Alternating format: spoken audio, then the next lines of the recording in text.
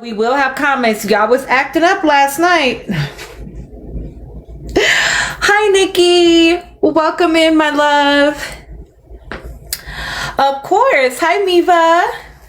I just got on, Miriam. You have questions about the pescatarian life? It can be hard in the beginning. I'm not going to hold you. Y'all were well behaved yesterday. Listen, Nike. Now, we're not going to tell half truth. No, I'm just kidding. Hi, Anne. Hi, Danielle. Welcome in, everyone. Y'all were funny in the comments yesterday. I'm not even going to hold you. Y'all had me cracking up. I was like, ooh. These comments don't need to go to YouTube. All you want to eat is shrimp. Okay, but you're allergic. Gigi. Come on, sis. You know, the only fish that we really eat. Hi, Betty. I'm just letting people join, y'all, so that when we get into the topics, I don't have to repeat myself. Hi, Miami. Not eating a shrimp salad, Gigi. Do I need to come to the house, ma'am? Hi, Jamira. I am going to post it. It does not have the comments because yesterday we did not screen record, but I did download it from, okay, my bad, Betty. So I canceled the live on Friday.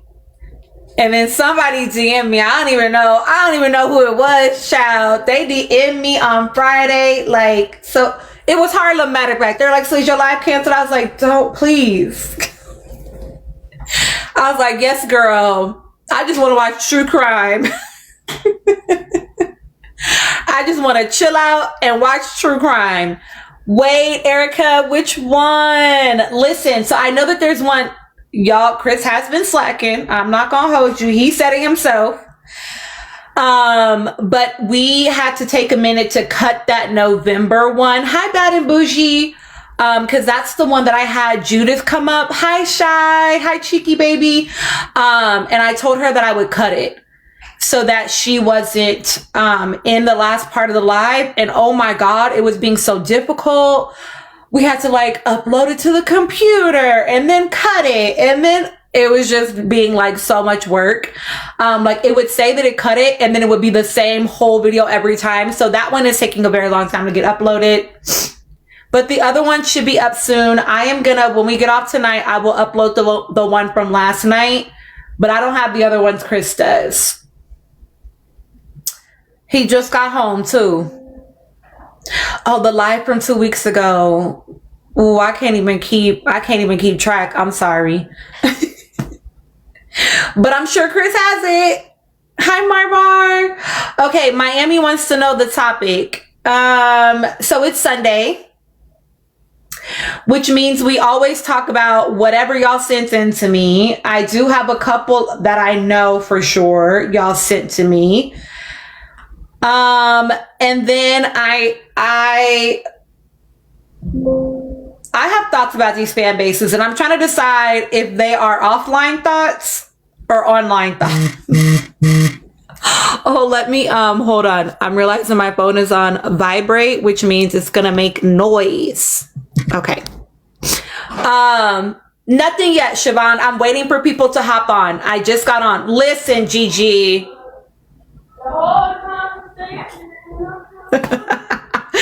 How to start a cult, because baby, some of the fandoms are starting to get spooky.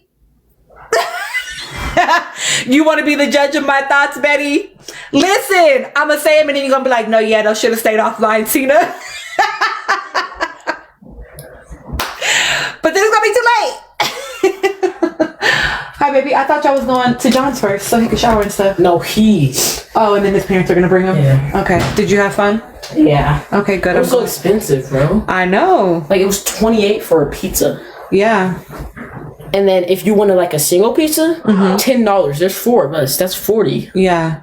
Like, what? Yeah. And they charge just $20 for drinks, so it doesn't even make sense. It's not adding up. Yeah. What do you mean? They're just a little big. This is why we say details. The kids went jumping today, and one of our rules at our house is if you want to go do something, yeah, they went to a like Sky Zone or something. Okay, not the manager, aka the baddest in her. That's her. The manager didn't go, but everybody else did. And the manager and the senior did not go. The manager and the senior, my senior, we all went to dinner. Hold up. The other two Whoa. Stop went jumping. What do you mean details? We didn't even know we were going to be at that place. But that's kind of the point, right? If y'all had done the detail management work on the first place, you would have known that you needed an adult to stay with you. No, we went to the website and never said anything about an adult. So, clocked. I'm sure that there was something. Put that on your life. Put that on your life. I can't. Y'all, who's raising these kids? Anyway. Miss Betty, he swore. Okay? He swore. Like, sir. Why does it say that all of your questions are gone, y'all? Hold on. This can't be right. What is going on? What did you do? Nothing. Me getting defensive. I didn't do anything. Okay, let's do this instead. It wants us to talk about cults. Listen. Okay, listen. Because right now the fan bases are getting scary. Listen, I was telling my TikTok homegirls, right? That I be talking to outside of TikTok. The manager talking about, ain't that what y'all get on TikTok for? I said, hold on. We're TikTok aunties, okay? We're true to this, not new to this. We know you can't say everything on the internet, okay? We got to talk offline. And I was just telling them, I was like, this is why, exactly, gentle girl, exactly. I was like, this is why I had to like separate myself. Like, oh, I'm not a Nicolandrian. I need y'all to know that I'm not a part of any particular fan base. I like people, but what is falling underneath some of these fan bases, I cannot be associated with. It's been especially bad today, you all. They're writing some grade A fiction on Threads. It is... Hi, Lyric Kabuki. Okay, I'm trying to think of how... So, I don't know what's happening I don't know what's happening on Threads, okay? What I will say... Yeah, it's giving that. It's a little too nutty. Oh, wait. Wait, y'all are going too fast. It's going too fast. What I will say, right? What I will say is that what I am seeing right now is something that I think I was talking to y'all about a couple of lives ago that I definitely have talked to just a day, Mel D. Okay, just a day. Just one. But I've been noticing, for me, what I've been noticing is people are talking about it so much at this point that I think people are getting lost in the sauce of what's real versus like opinion. And then like that opinion gets a little bit stretched, and then that stretching gets a little bit stretched, and then that stretching gets a little bit stretched. And it's like now we're talking about the stretched thing as though it is a factual thing that we witnessed, or like an appropriate deduction of things that we've witnessed. And I'm just like, I don't know how y'all got there in some of the stuff. You know what I'm saying? I'm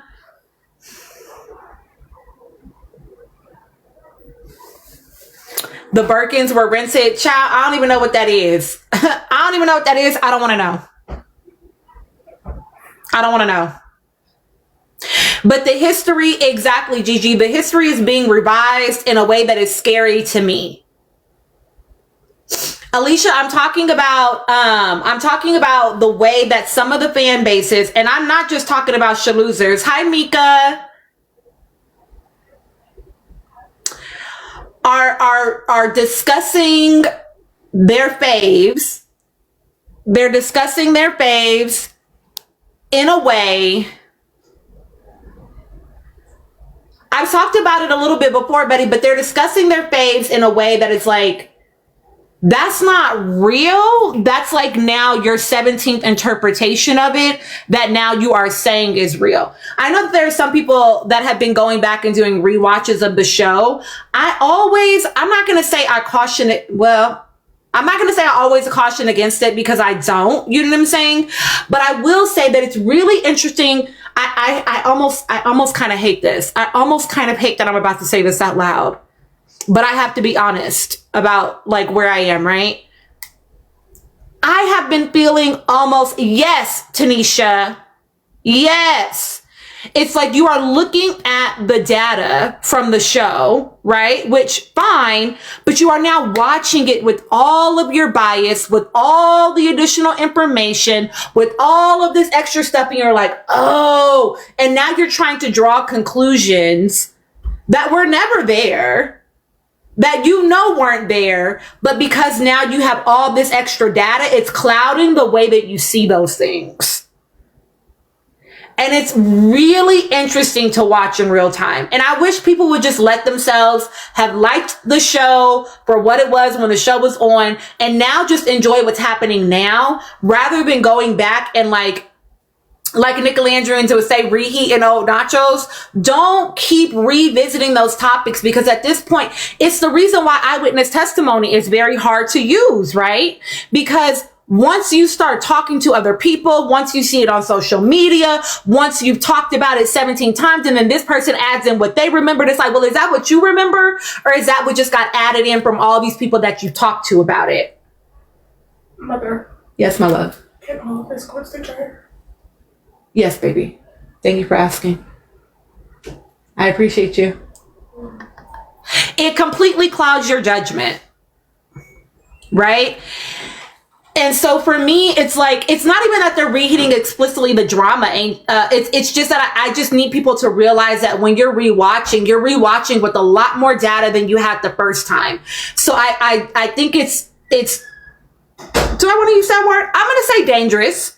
I'm going to say dangerous. It's dangerous to try to rewatch that old data with new information and try to draw conclusions as if that was always there. And oh my gosh, how did I miss it? Or I always saw it. It's like, no, you didn't, mamas. You have new information that now is informing the way that you see that scene. It's different. Right? You're watching it through a different lens, and that's okay. And it would be okay to me, I guess, if people were also watching it and going like, oh, now that I know what I know, this might mean something different to me. Right? But I feel like people, oh my God, I kind of hate to say this out loud. I said that already. I'm going to say it anyway. I feel like people are doing it the most. Oh my God, I was just about to say that, babe. I feel like people are doing this the most with Michelle. And it's irritating the fuck out of me, honestly.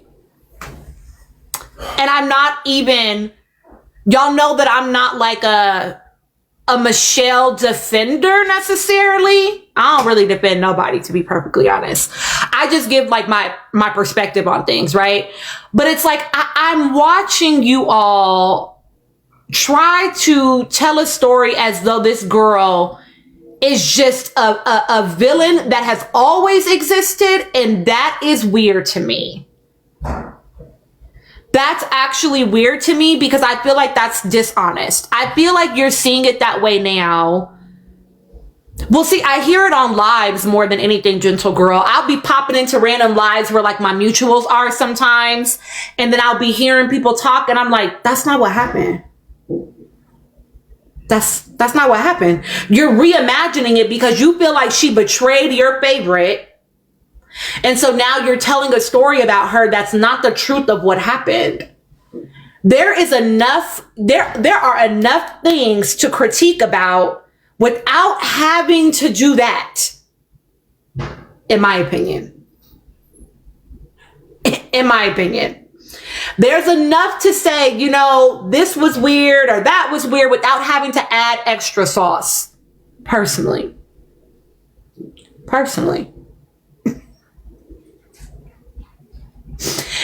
Sanrio, I agree. People, part of what it is, right, is people feel, oh, Lacey, you're not that late, my love. Exactly, Mel D. No seasoning needed. It is that people feel blindsided, and what people want is to feel like they cannot be caught off guard like that, because having control of a situation, it's about control, right? If I can see all the things and anticipate all of the things, and I have less likelihood to be caught off guard and to have this sort of like gut punch reaction to a thing. And so I just need to be able to predict all the outcomes. And those are probably people that have had some sort of dysregulating traumatic experience in their life, right? Which is like the majority of us. And so they're trying to re-talk it through, because like, what did I miss? What can I find out? What can I see so that next time I can see it, so that I'm not, and it's like, baby, sometimes shit just happens. Sometimes shit just changes. You don't have to tell yourself that it was always some sort of scheme set up by Todd to fuck over Alandria. You don't have to do that, baby. You could just say, sometimes relationships change. Hi, seventh letter. And that's another fantastic point. A wonderful life block. It didn't actually happen to us, right? Hi, Bad. Thank you, my love. Exactly, Winfloor. I'm like, I don't have to go back to the villa. I don't have to, personally.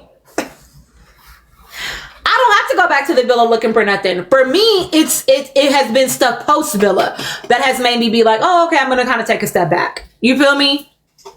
But to go back and try to write the story as though that girl was always plotting on Alandria's downfall, I just can't fuck with it. And I know I've told y'all that before, but I can't fuck with it. Exactly, Mel D. Now, as also a person that likes to control outcomes, okay? I like to be in control. I like to anticipate all the outcomes. I'm working on it. I'm in therapy. Okay. I'm working on it. Did nobody ask you? But so I get why people would be that way. I just also know how dysregulating that could be.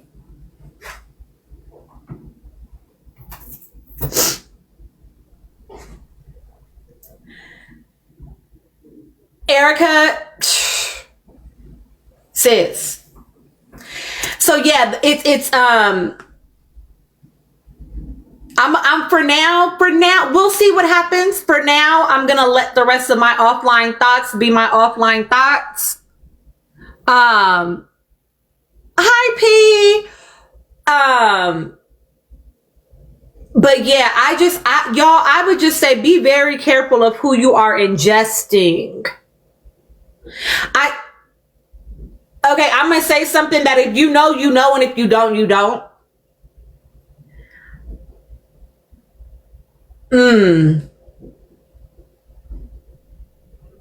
Gigi. Let me find it.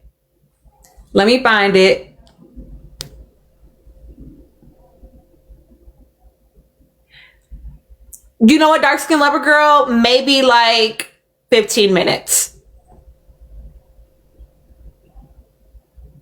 Oh, gentle girl, not you clocking 90. Okay, here's what I'm gonna say. And y'all can do whatever you want to do because you're grown. Okay? Y'all can do whatever you want to do because you are grown. And it does, Jay. It does. Be mindful of who you're ingesting and the people that keep wanting to take you back to the villa. Especially the people that keep wanting to take you back to the villa because they swear they have tea about the villa. Be curious about motives.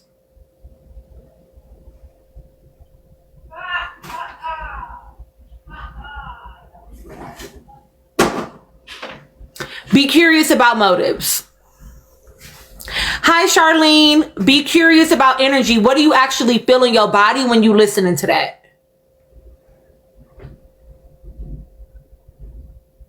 P, I'm not giving no more details. If you know, you know. If you don't, you don't. Right? And I'm happy for you if you don't. Hi, Curry. So just pay attention. Okay? And I'm going to tell y'all what I said to my TikTok homegirlies that I discuss off of TikTok with some things that I see. The psychology of shit that I see.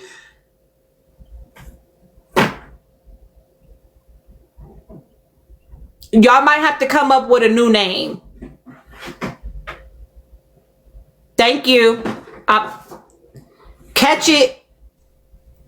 Pick up what I'm putting down. Because if you can, then you already know. So you know you need to be paying attention. Right? So I want you to, some of y'all might, the same way I call them other ones shaloosers, y'all might have to come up with a new name. You might have to differentiate. Because it's a lot going on. It's getting a little, one of my homegirls, she might say it in the comments, she might out herself, but one of my homegirls says it's giving a level of idolatry. I told y'all at the beginning of the post Villa experience, I told y'all at the beginning of the post Villa experience, it was a level of hero worship that was concerning to me. It was a level of hero worship that was concerning to me because I know what happens when we hero worship. If you're confused, I want you to stay confused, Albie, because I don't want you to know. To be perfectly honest, I want you, if you don't know what I'm talking about, please stay lost. Stay out the TikTok streets. Stay out the TikTok streets, okay? I blame my mutuals, okay? Stop getting on these goddamn panels and drawing me into the mess. But I'm just saying, y'all.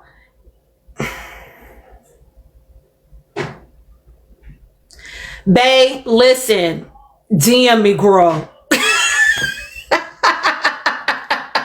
Stay innocent. I love all my people in here that are like, I don't know what the hell y'all talking about. I love that for you.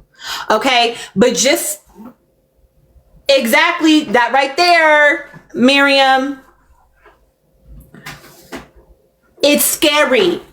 Anybody in here, I love that scar. Anybody in here that has ever been in like a church environment, especially a Christian church environment that was toxic, one that was toxic, right?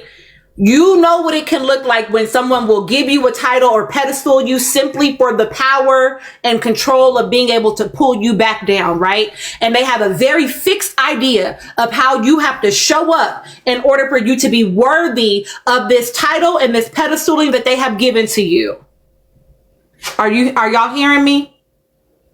Be careful of the people that are doing this level of hero worship with the faves. Differentiate yourselves from them and fast. Stay out their spaces.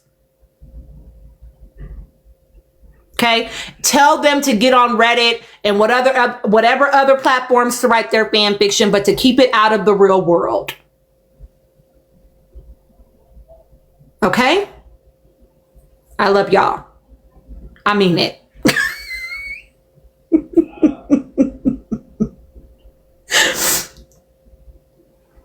All right. No joining the cults without realizing it.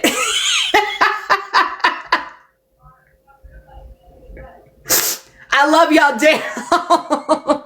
No joining the cults without realizing it, okay? Keep your eyes open. This was your TED Talk star. Oh, you're welcome, Mel D, because listen. You about to get off? No, I was just giving them my TED Talk. I'm going to shower and let everything go. Exactly. Where y'all going? To this little bar. Okay. The one over there off of, that we always go to Mississippi. I think it's 225. Like you and Mike always go to? Yeah, we Oh, okay. I'm like, I don't know. Not us. Yeah, me and Mike. And I went there that one time with Cole. And then okay. To watch the fight. Yeah. Okay. Well, have fun. I'll try. You will. It's gonna be a good time. He's gonna be fun. Yeah. Well, you know, we'll pray about it.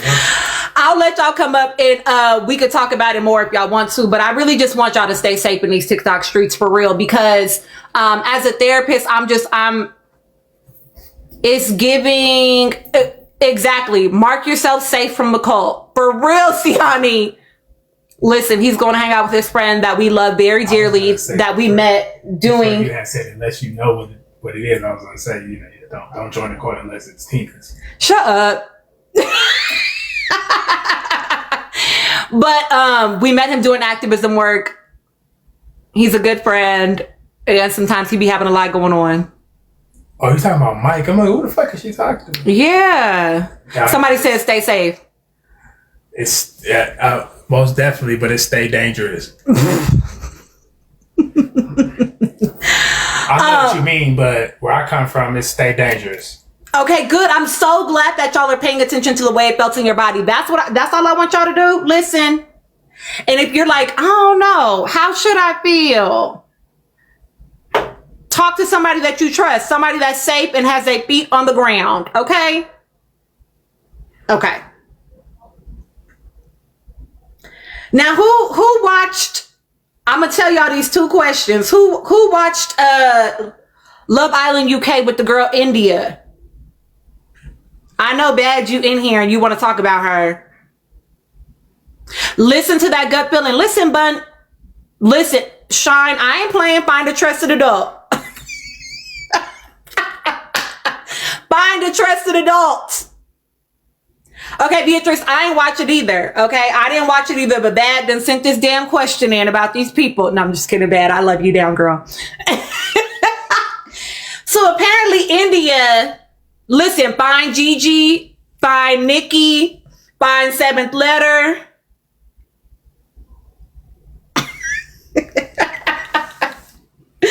Find the people. Find Lacey. Look, I'm just gonna keep saying y'all's names. Find Bad. No. Shut up, dark skin. I can't. Find Internet. Find the people. No, this is not a new season. Listen, Nikki, you are a safe adult. They need to mark themselves safe from the Love Island cult. They have to find a trusted adult. Hold their hand. Oh my goodness. Okay. So here's what I don't understand. Here's what I don't understand about the whole India thing, right? I was watching the videos that Bad sent to me, right? Because apparently India was with someone named Dami. They left the season together like 3 years ago. I think that's the timeline, 2022, I think is what it said. And please, gentle girl. And then recently they announced the breakup. And then very shortly after the announcing of the breakup, she was caught with her lips on a man's lips and her body on some man's body. And that got shared and went viral on the internet. Now people are saying because this video, thank you, Cha-Cha, went viral at the time it went, she must have been cheating prior. Gentle girl, it was AI because listen.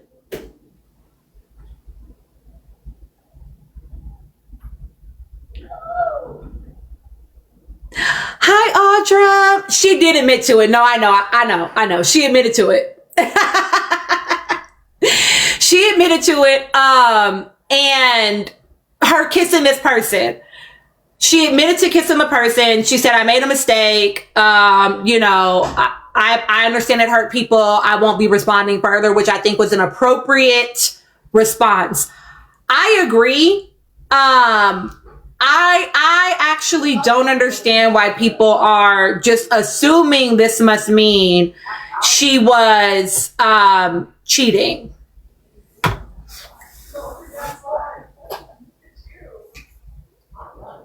I don't know how people.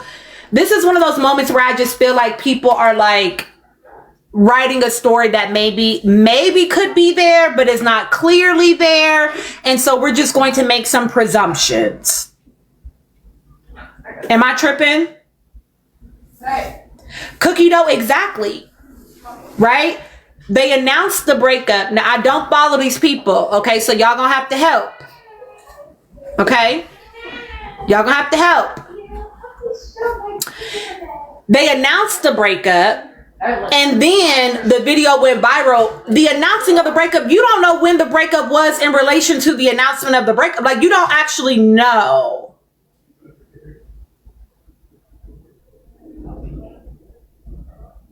So I just don't know how people are getting to the conclusion they get into. On God.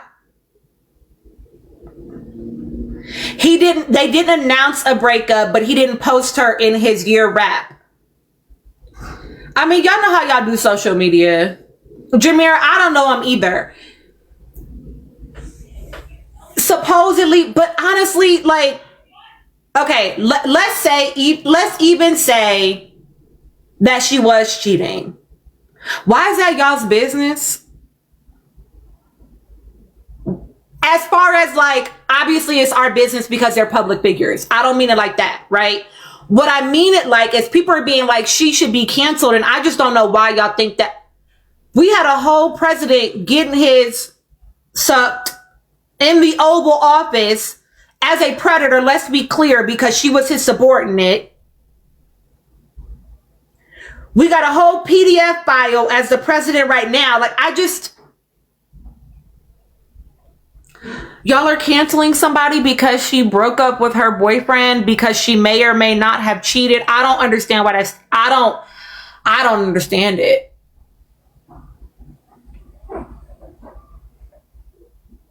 Y'all be the same bitches selling out Chris Brown. Please don't piss me off. He always gonna catch a stray. Sorry, I didn't have to bring him up, but I'm just saying. I'm just saying. You don't have the morals and values that you think you do. Listen, the woman's lips were chapped. Clearly, she was just trying to get some chapstick. That's it. I love that so much, Aisha. I love that. Her lips were chafed. They were lacking moisture, and she was just trying to problem solve. Honestly, we should be grateful that she is a reduce, reuse, recycle type of girl. Okay? We love it. But even if it was, I just don't understand the outrage and wanting to cancel the girl behind it. If I'm honest, I really don't. Because even if the faves, right? Even if the faves were like, even if a non-fave, okay? Even if it ever came out that one of our non-faves had cheated on someone that would not be a reason to cancel you. I just don't like you because I don't like you. I don't like whatever. Maybe that also speaks to your character, sure, but like I already just didn't like you. But canceling someone because they allegedly cheated, there's no hardcore evidence around that. Hi, Haven. While y'all continue to insulate actually problematic and harmful people is actually a crazy take to me. It gives I'm going to be outraged about the safest thing to be outraged by. And the way that I'm seeing it is that it seems like it's mostly men.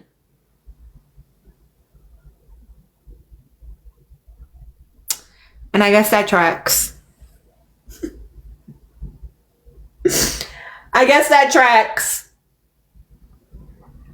Because the way y'all don't cancel cheating ass men.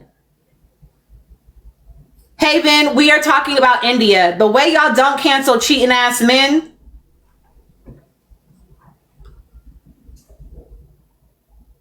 Okay. Ew. I did watch the last season of Secret Lives of Mormon Wives. Like, not to, well, I don't give a fuck actually, but to bring up Will and Jada, it's the way that y'all, the same way these people villainize the fuck out of Jada about Will. Now, whatever you think about her for her other actions, fine. Okay, whatever. But villainizing her in regard to Will as if that man didn't tell y'all first. He told you first that he was trash. He said it first. I was trash. I cheated. He did all sorts of terrible things. But Jada was the villain? Because of an entanglement? Yeah. No.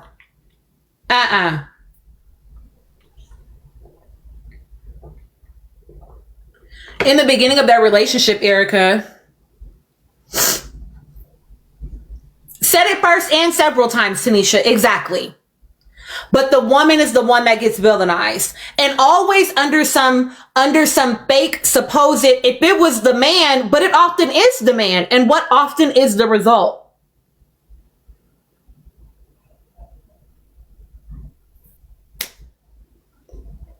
Nothing. That's often the result. Nothing.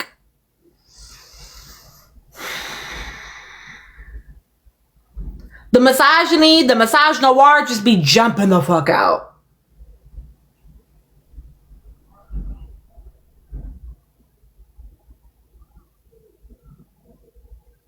Exactly. Even beyond the cheating.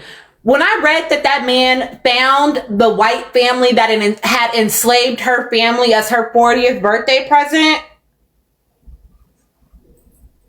the boy, the way are you for real? What is wrong with you?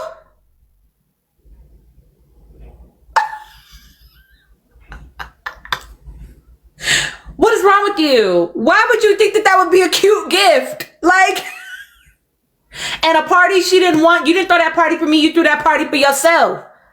Like, but she was the villain. And like somebody just said, same thing with Christy and Desmond. Well, he said that he wanted to separate, and that meant he was supposed to put his peen out on display around town. Yeah, just say you don't like women. Just say that you don't like women. Even if you're a woman, I just want y'all to be honest. You know? And I think that, again, there are valid critiques that you can make about Jada. Sure. Make them. But to make her the villain in between in their relationship explicitly is cray-cray. Cray-cray. So yeah, I'm not trying to hear it really about India and this man, especially based on a speculated timeline. Child, shut the fuck up. Listen, more people should shut the fuck up more often. I feel like that is a lost art. No one went to shut the fuck up. Like, you know what? I don't know enough to really have an opinion about this. Let me shut the fuck up.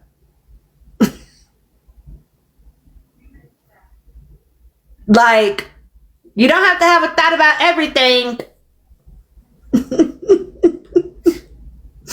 Last thing that came into my DMs that I'm gonna cover, and then we're almost at 50K and I'm gonna open up this panel. The last thing that came into my DMs, maybe I need to show y'all the video, actually. Yeah, I'm gonna show y'all the video. Hold on. Let me log into TikTok. Come on.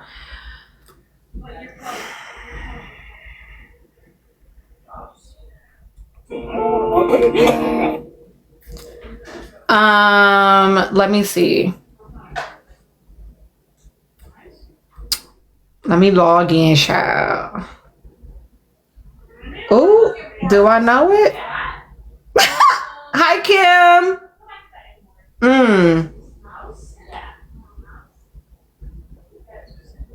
Okay, give me 2 seconds. I'm about to have to try to log into this TikTok.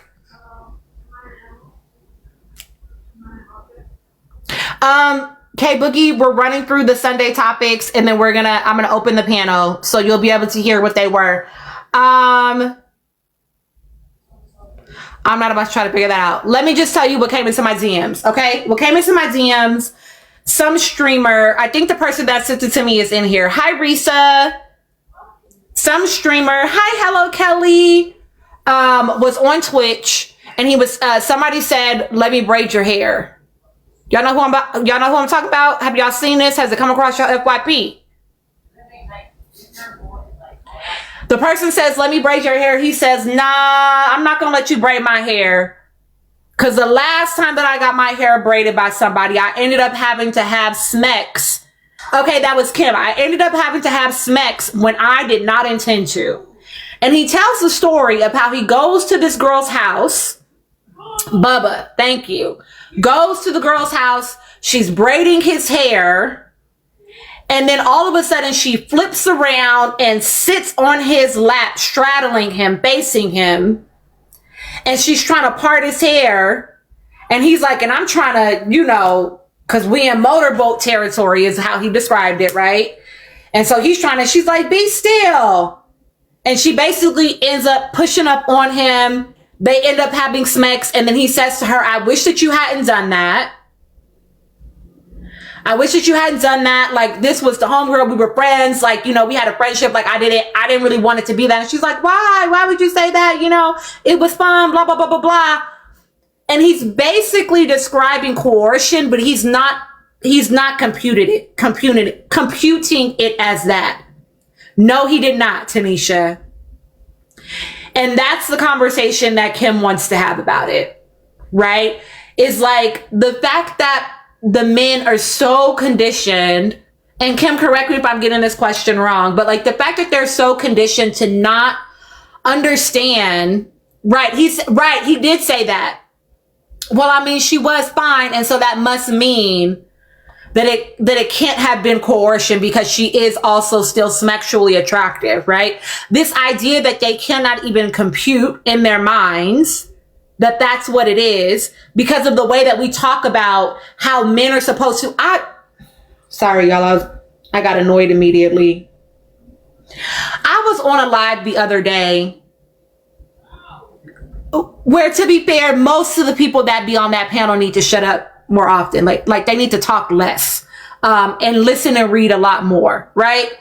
And somebody on that panel basically said all the men want is Badussi anyway. Right. They just want cooter cat. So as long as she's fine and you getting a cooter cat, then whatever. Who cares? This was a woman, by the way. That said that? Wait, what? This was a woman that said this, by the way. Right? This reduction to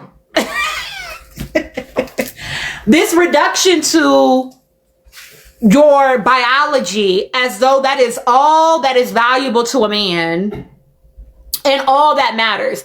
Lacey, can somebody please pin Lacey's comment? Let men be humans again, right? Now, I don't know if again should be on there, but can we let men be humans? Like, I want us to move into a realm of like men being human. Accountable in front of that. Well, yes, accountable humans too. Right? I just want us to get into the space where we actually treat boys and men as though they are whole people. And I think that if we gave them more access to the whole of their humanity, we would have less awful men. Bad, can you please clock it? They really don't realize that patriarchy is holding them back too. Hi, user MS. It is the hill that I will redact on. It actually is so dehumanizing of you.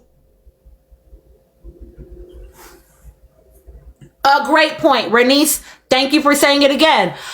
Someone also said that them not understanding coercion as grape is probably why they do it so often. If it is not an enthusiastic yes, it is a no. If it's not a yes, it's a no. Period, full stop. Right? We watched it with thank you, Dark Skin Lover Girl. We watched it with Chris on Love Island. Mally, your friend is here. Let me tell him. Yeah. We watched it with, exactly, Lacey. We watched it with Chris.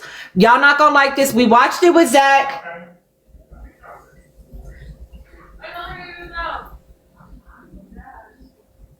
And we see it a lot with older girls and younger boys. Right? My kids, no shade, all tea. My kids, I'm about to tell this business before you come. My kids have friends that are dating girls that are far too old for them. Oh shit, you talking about that? But because it's an older girl, that's supposed to be like a whoo, right? It's like we can conceptualize it when it's a boy doing it to a girl, but they struggle when it's a girl to a boy. Yes, Zach with the K, I said it. I said it. Right? Talk about, I lost my V card. I don't know if I can say the real word on here. I lost my B card when I was 9 to a 13-year-old. Oh no, baby. That's not what happened. That's not what happened. We got to have a conversation about what actually happened. Because baby, you wasn't nothing but a baby. Right? Exactly. You have parents inviting their boys to be great, like Mama D and Boosie. I got annoyed again. I listened to a woman say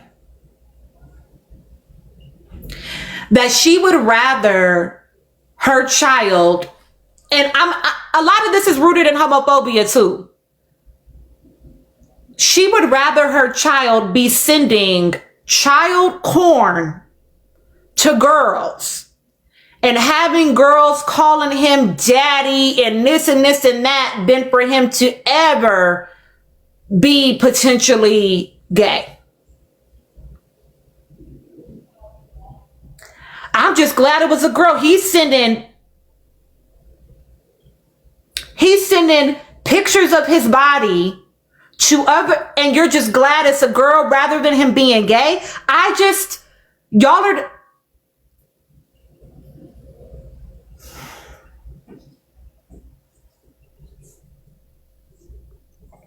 And this is how we get situations like Bubba. Because you have mothers and fathers, parents in general, right? That would rather you be sending child porn to other people than to potentially be gay. And so they normalize over sexualized behavior from their boys because, at least it's to a girl. And then when some girl swings and straddles your son and he feels like he has to do something that he doesn't really want to do, he's like, well, I can't really say nothing. I can't really say too much or nothing because she's like pretty, she's fine. She a baddie. So, I guess I should just like chalk it up to like, a notch on my belt rather than them understanding the weight of the experience that they just had. Disgusting parents. Disgusting humans. Y'all are at 50K. Go ahead and request to come up.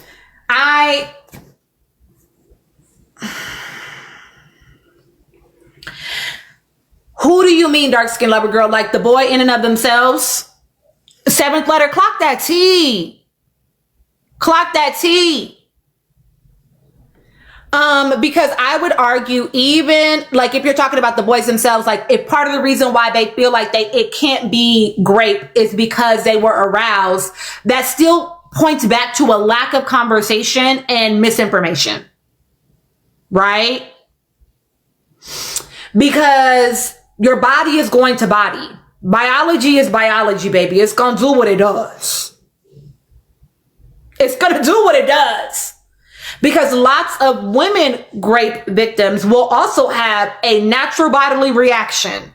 It doesn't make it not grape, right? And so the fact that we're not teaching boys that,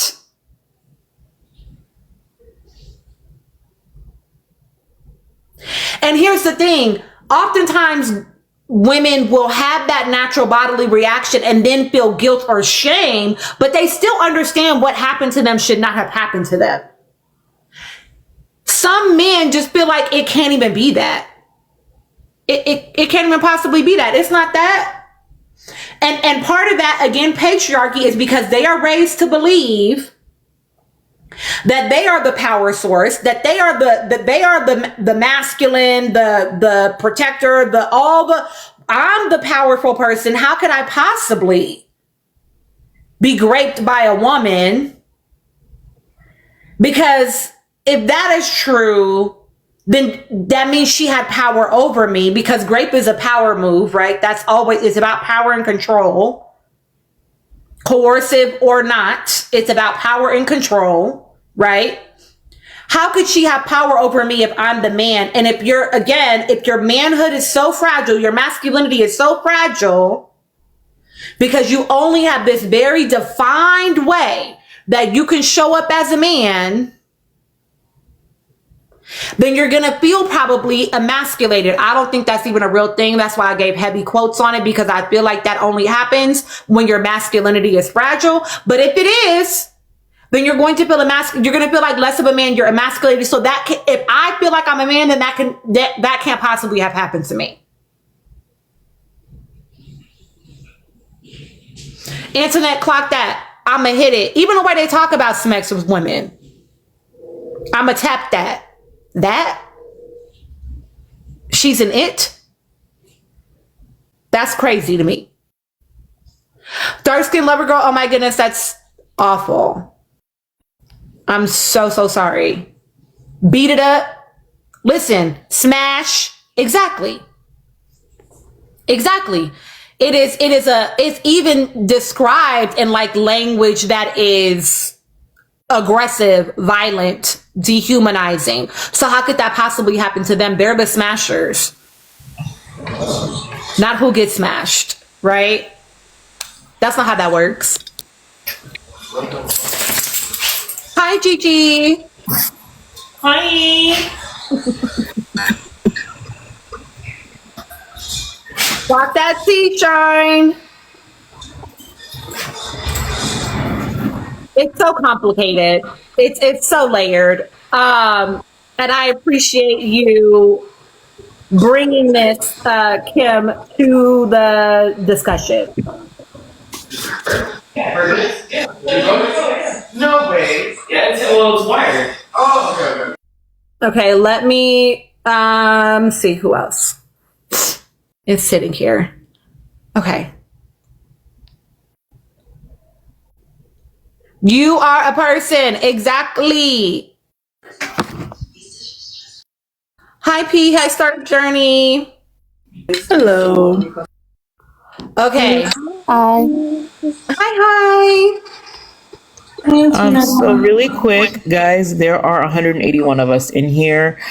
Tap break is over. It has been over. We are at 60K. We are 15K away from our current tap goal. So I need y'all to get the tap in, or y'all will be on silent. Y'all will be in tap jail. So please get the tap in. If I can play, if I can play Battlefield and tap, y'all can play. Y'all can tap. Tappity tap tap. I appreciate y'all down. Okay, panelists, I know I touched a lot of things. I touched the cult. I also, it's scary. It's getting spooky. I also touched the, Jameer. Oh, well, yeah, you ain't wrong. Cults with an S on the end. You ain't wrong. T, they gonna talk about it. Maybe. We'll see. But my suggestion has been for Nicolandrians to find a name for the fringe. Okay? Because it's getting spooky in them streets. It's been spooky for a minute. I touched the cults. I touched on India and whatever the man's, I don't know his name. It's not relevant to me. I touched on India. And also on Bubba. You can cover whatever you want to cover. Dami. Okay, sorry, y'all. Fine. Dami. He's India's boyfriend. That's what we all know him as. It's fine. Listen, okay? Because, like, no, I'm just kidding. But yeah, you can touch on whatever you want to touch on. And if you want to talk about So who was Janae Aiko? That's totally fine as well. I'm gonna let y'all start. I'm gonna go from top down. I'm gonna start with bad. And then that's okay. That girl Rizzle. The panelists are about to go in. I'm gonna start with bad. Okay. Listen, Nike. I'm sorry. Do you mind if I cut the line? Because I got a match that's about to start, and I just want to get on my okay. chest. Yeah, Gigi, go ahead. Gigi, go ahead, my love. You know, Sunday I got to play video games.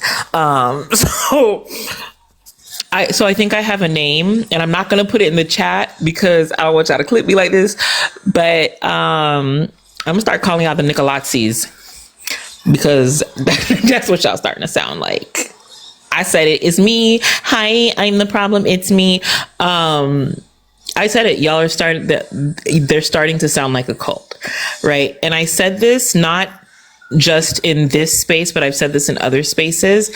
I fear that it's becoming a space of idolatry because, and I also fear that they put so much praise, and this is not to say that she's not a wonderful young lady who has the potential to do a lot of great things, right?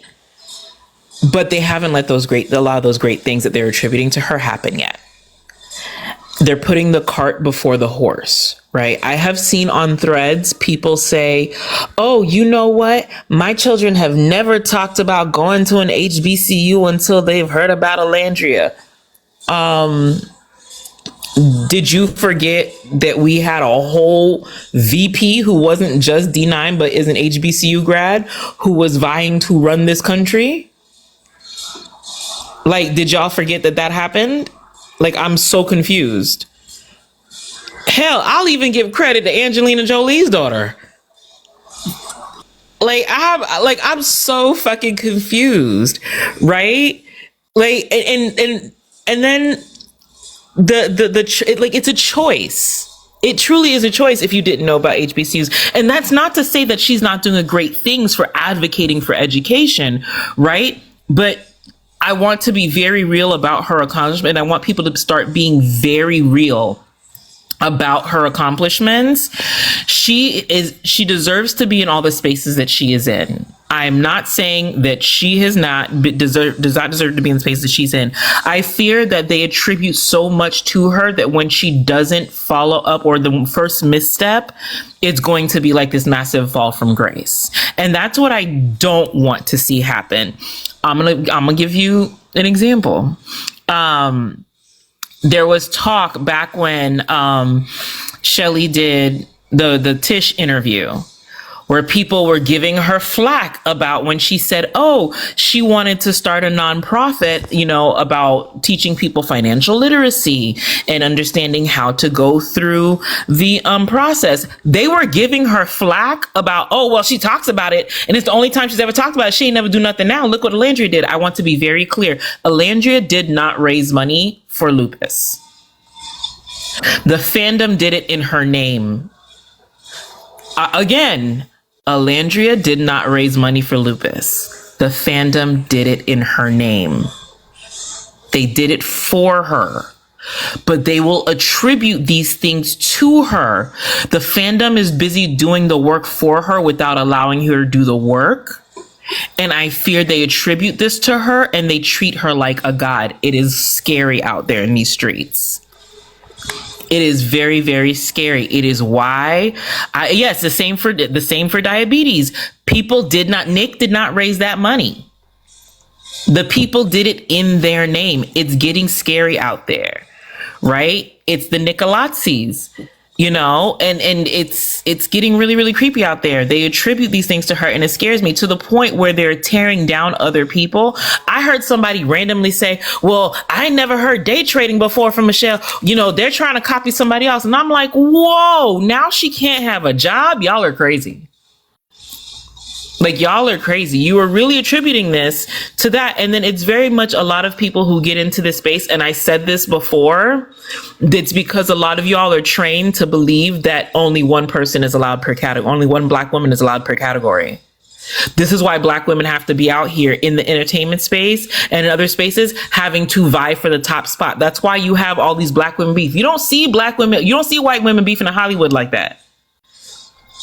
And I hate to give white people credit. I think I've said this shit before, but they figured out the formula in which everybody can eat. Black people have been taught and trained to be crabs in a fucking bucket, and it's happening in every fandom. We did the same thing. You know, I said the same shit when Michelle and Captain Crop Top broke up. People were sitting here speculating left and right. It was all these conspiracy theories. He did this, he did that. I don't even like the man, but y'all got me defending him. But weren't we just 5 business days prior saying stop speculating about Nick?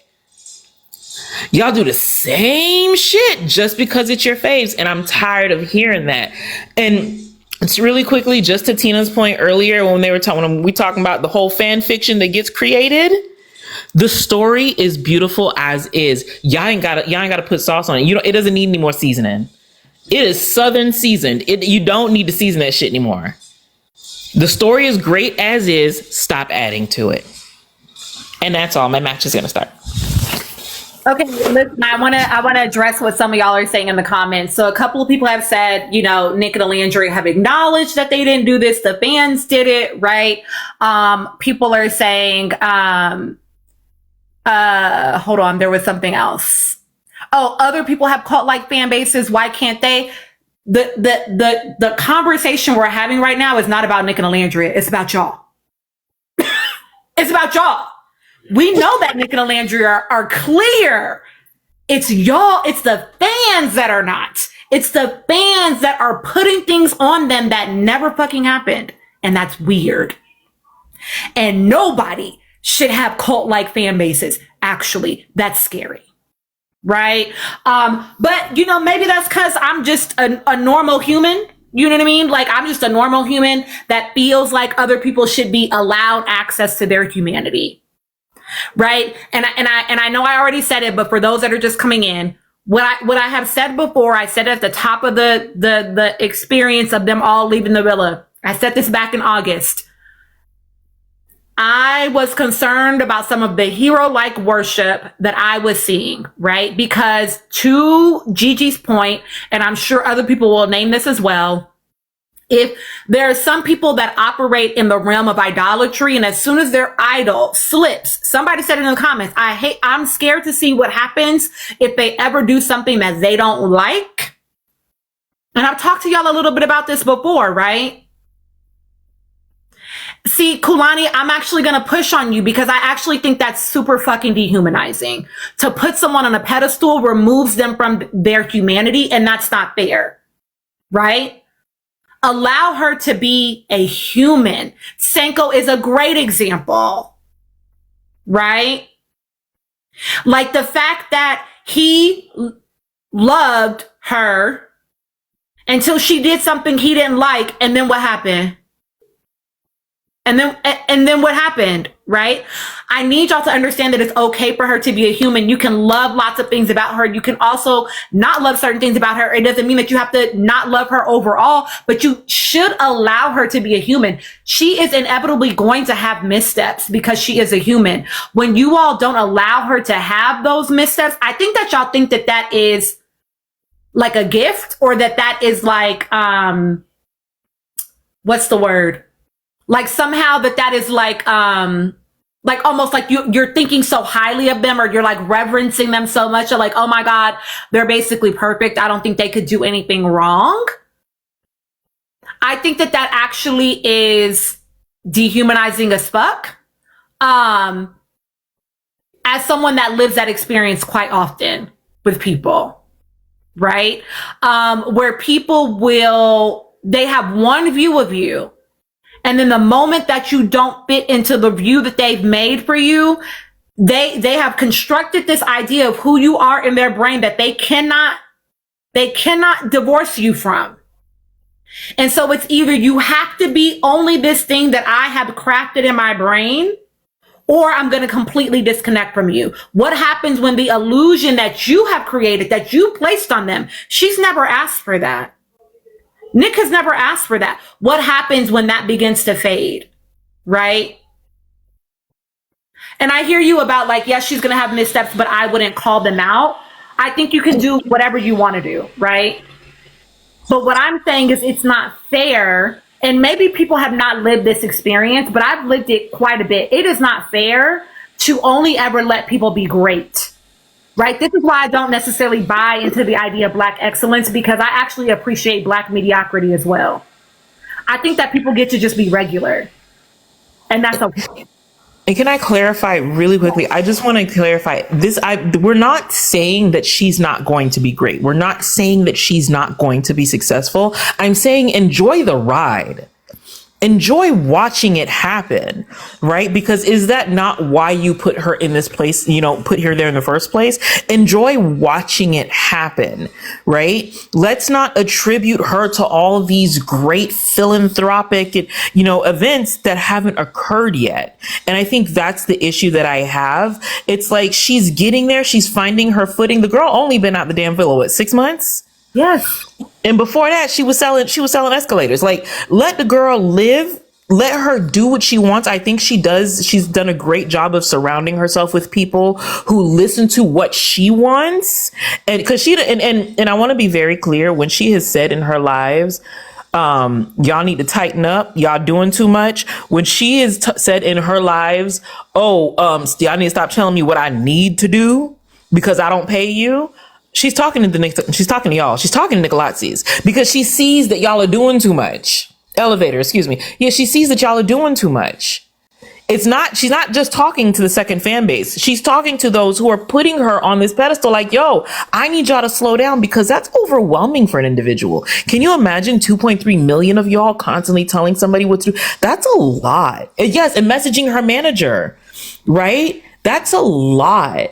And let her enjoy the ride, because you will find that, especially someone like her who says she values her privacy, that she's going to go, fuck this, I'm going back to corporate. And then what y'all going to do? It's just crazy. Let that girl enjoy herself. And stop writing her story for her, right? That's the part. Anyway, I'm not going to go too much into that, but like, trying to write her story, trying to DMing her siblings, doing all that. Even when y'all used to be like, oh, Tina, like you should reach out to her. I'd be like, oh, that's kind of a little weird. Like, it's a little bit weird. I don't know about that, and I never did it. I ended up never doing it. But like, I want people to just, let her be a human. That's okay. Let her be a human. You're getting to watch a beautiful story without having to put extra sauce on it. Ginger, it is coming from me telling the people that they need to be careful to not fall into cults. And if you know, and if you don't, I'm glad you don't. Okay, back to you, Bab. Please give us your thoughts, my love, about any of the things we've been talking about. Okay, I'm gonna try to hit each one quickly. I don't really know too much about what's going on with Nick and Landria, but I just feel like some of the comments I saw toward your initial statement were proving your point.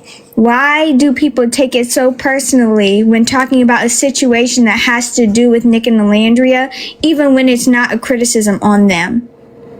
Because people feel like you can't say anything bad about them, or it's like the worst thing in the world. And that's just, it's too absolutist and I can't stand it. I'm sorry. Also, I have another name, the Nickelandria, Gigi inspired.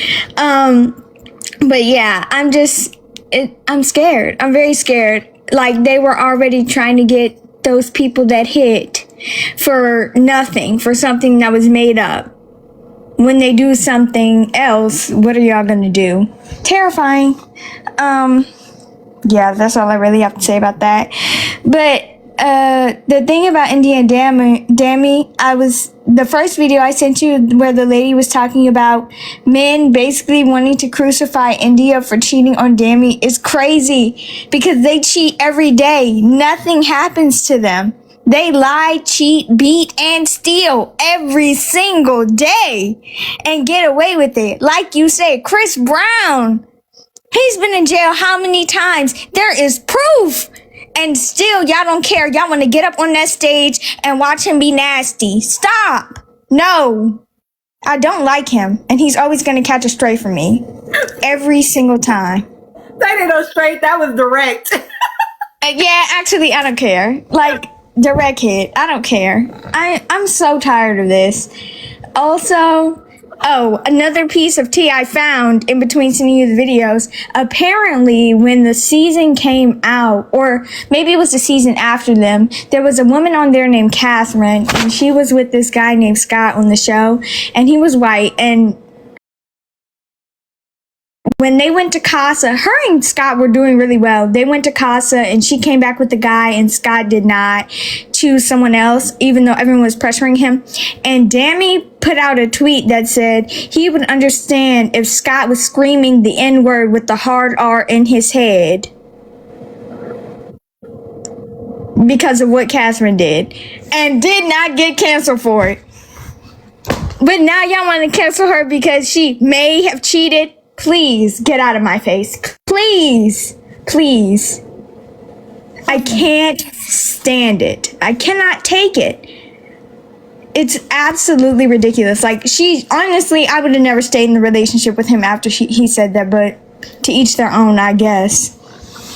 And then the Bubba thing, like I said, men really don't realize patriarchy is holding them back too. Like, everything that they think is only affecting us, it's affecting them too. Male loneliness epidemic, red pill, all this stuff. It is holding them back from actually being productive members of society because they're worried about upholding a standard made by who? Someone hundreds of years ago. It's ridiculous. It's just... doesn't make any sense, but that's all I'm gonna say about that. Thank you, Belle.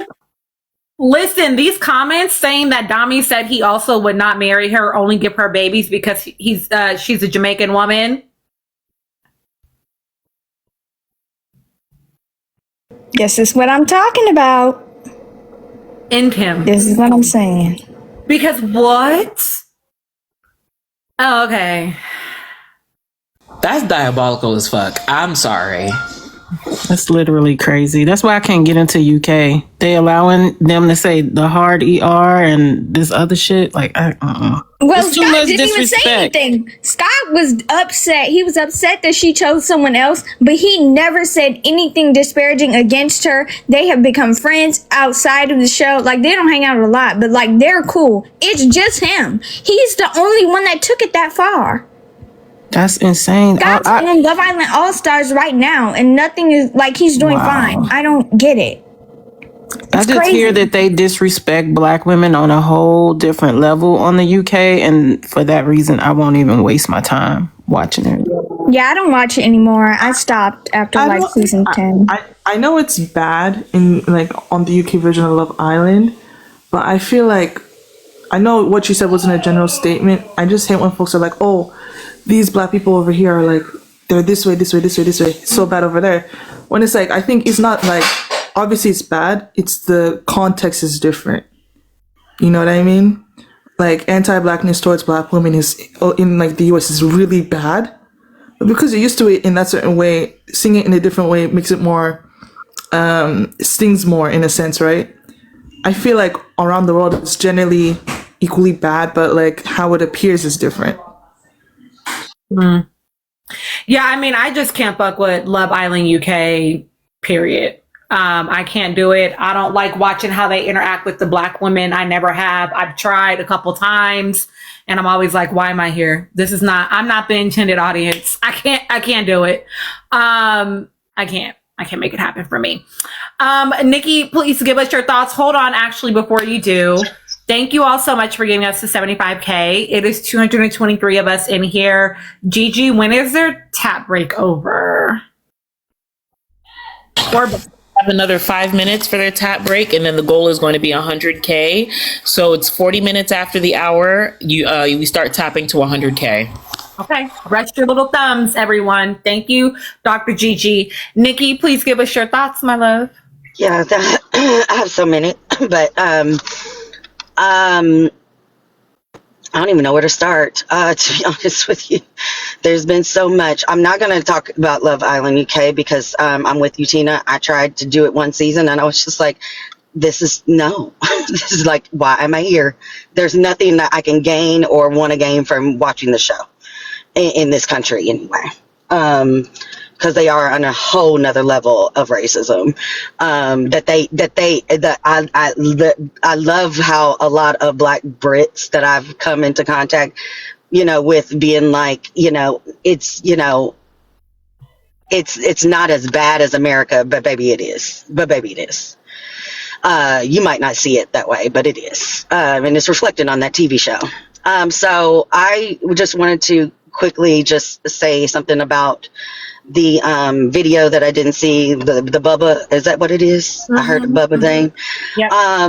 Listen, we all saw it for ourselves in 4K, as you said. Like, Chris to this day still won't admit that what Huda did was sexual coercion, and as long as that continues to be the narrative that men, as long as they don't see that as that, like y'all said before, it's going to be, as great culture, we're going to continuously have to be careful around men until men can see the danger in how they have operated when it comes to women. We will always be fighting for our rights in order for us to be safe. So I just wanted to reiterate that point, because I absolutely agree with everyone in the chat that was saying that. As far as the cult that I have been in for the past 6 months, I was happily joined the cult. I like, literally, you can ask any one of my family members and friends, because they could care less. This is the only place that I can come to and be in the cult, and people will be ready to talk to me about it. I have been there for a very long time. I'm actually very, very, very concerned at this point. And while if you all have noticed, I have not been in a lot of lives, or if I have, I've been just listening. I've not been on panels, because I had to take a step back and realize, listen, something about this is not feeling right. I think it's because since, Alandria has been out the villa, it's been one attack after another attack, and I've always felt the need to be there, be in it, to defend her, to stop the anti-Blackness and, all this stuff when it came to her and her relationship. But now, what I'm seeing and what I'm recognizing, because I'm watching and I'm listening, is the level of control and the level of exclusivity that people want in these fandoms. Like, there is a lot of, information that people want to allude to, that not everybody knows. And I feel like I've seen a lot of people get off on that power. And like, it doesn't feel right to me. I've witnessed a lot of people, embellish certain situations when asking for proof. They're very, I guess, very, very secretive. And, there is something happening with how people are moving in this fandom that I am correlating to, and like Think Bad said it the best, like the absolute of it all. It's very fascist. If you think about it, how people have been operating in this fan base is very fascist. And if y'all have not stepped outside and just paid attention and watched how certain groups or certain, panel lives, or even on Twitter and Threads, you will see a lot of people talk as if you don't believe this, you cannot be a part of this.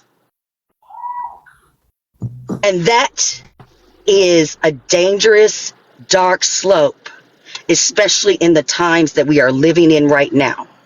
Because a lot of the issues that we are living in right now was because a lot of people play purity politics. If you don't meet this standard, this threshold perfect at all time, we'll give it to we'll give it to the enemy because you didn't meet my expectation. And I have said this from the very beginning, and I won't back down by saying this because I've said this for a long time. I've always been concerned with the fact that if Alandria is put up on this pedestal, how many people are going to turn against her when she falls? And I think that there's a lot of people that would, that don't want to, that pretend that they wouldn't, but their actions right now are telling me you would. And it's not going to show up right away because the next new shiny thing is coming. The new shiny thing is coming. As much as people don't want to admit it, it's coming. It always is. So I don't take anything away from, Alandria's accomplishments. I think I've been rooting for it. I've been championing it. But the fact that you're trying to control other people within the fandom is sick to me. It's really bothersome and it's very worrisome. Because at this point, as Black women, we should be coming together, yes, celebrating Alandria, but we really need to be talking about our future and what this country means for us as Black women. That's the conversations we need to be having, not going back and reanalyzing everything just so you can feel right about the situation. I never been there. I always knew. No, you didn't. No, you didn't. No, you did not. And the fact that you can't admit that, or you're constantly wanting to prove that you're the better Nicolandrian, girl, shut the fuck up. I'm so tired of it right now. It's really getting on my nerves. It really is. Because y'all are some really unsafe people right now. It means that no one has an opportunity to say, hey, I don't like this. And let me tell you something else, and I'm going to prove it to you right now. There's a lot of motherfuckers in this fandom that got on Austin's ass. We wanted him out that villa because of his racist retweets. And now all of a sudden, y'all moved because guess who defended Alandria? Great, I'm glad he did. Bare minimum. I'm not moved. I'm not moved. I'm not moved by anyone that had done anything to put that man in office that we have right now. So check your integrity. Get offline and actually start checking your integrity. Because I think a lot of y'all are on some bullshit. I'm on Jeremiah's ass too, a wonderful life blog. My panelists are always spit and see. Like Gigi said, I run a tight ship. Don't you worry. I got it over here. If it feels like something that don't feel good to you, that's okay. This may not be the moment for you. This may not be the space for you. That's okay.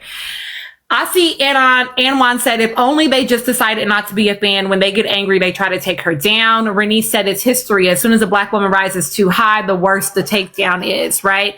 I also want to argue, right, that part of it, not only the fact that people will build you up to take you down, right, but that people will also allow themselves to be swayed. It's the same. Nikki said it, y'all. Nikki said it.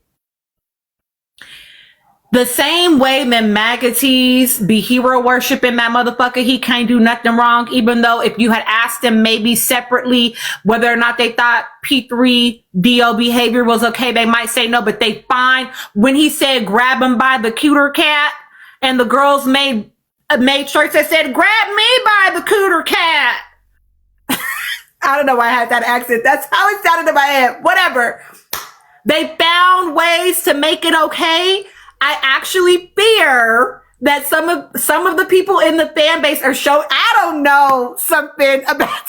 I don't know why I had the accent, but it's like, I actually fear that some of the people in the fan base actually are not fans of Nicolandria because they read books.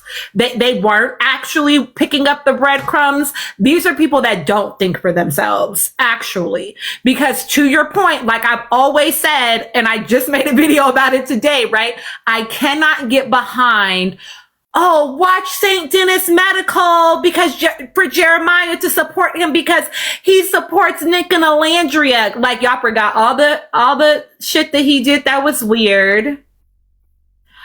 If y'all are gonna like people, I want you to like them because you like them. If you're not gonna fuck with people, I want you to not fuck with them because you don't fuck with them.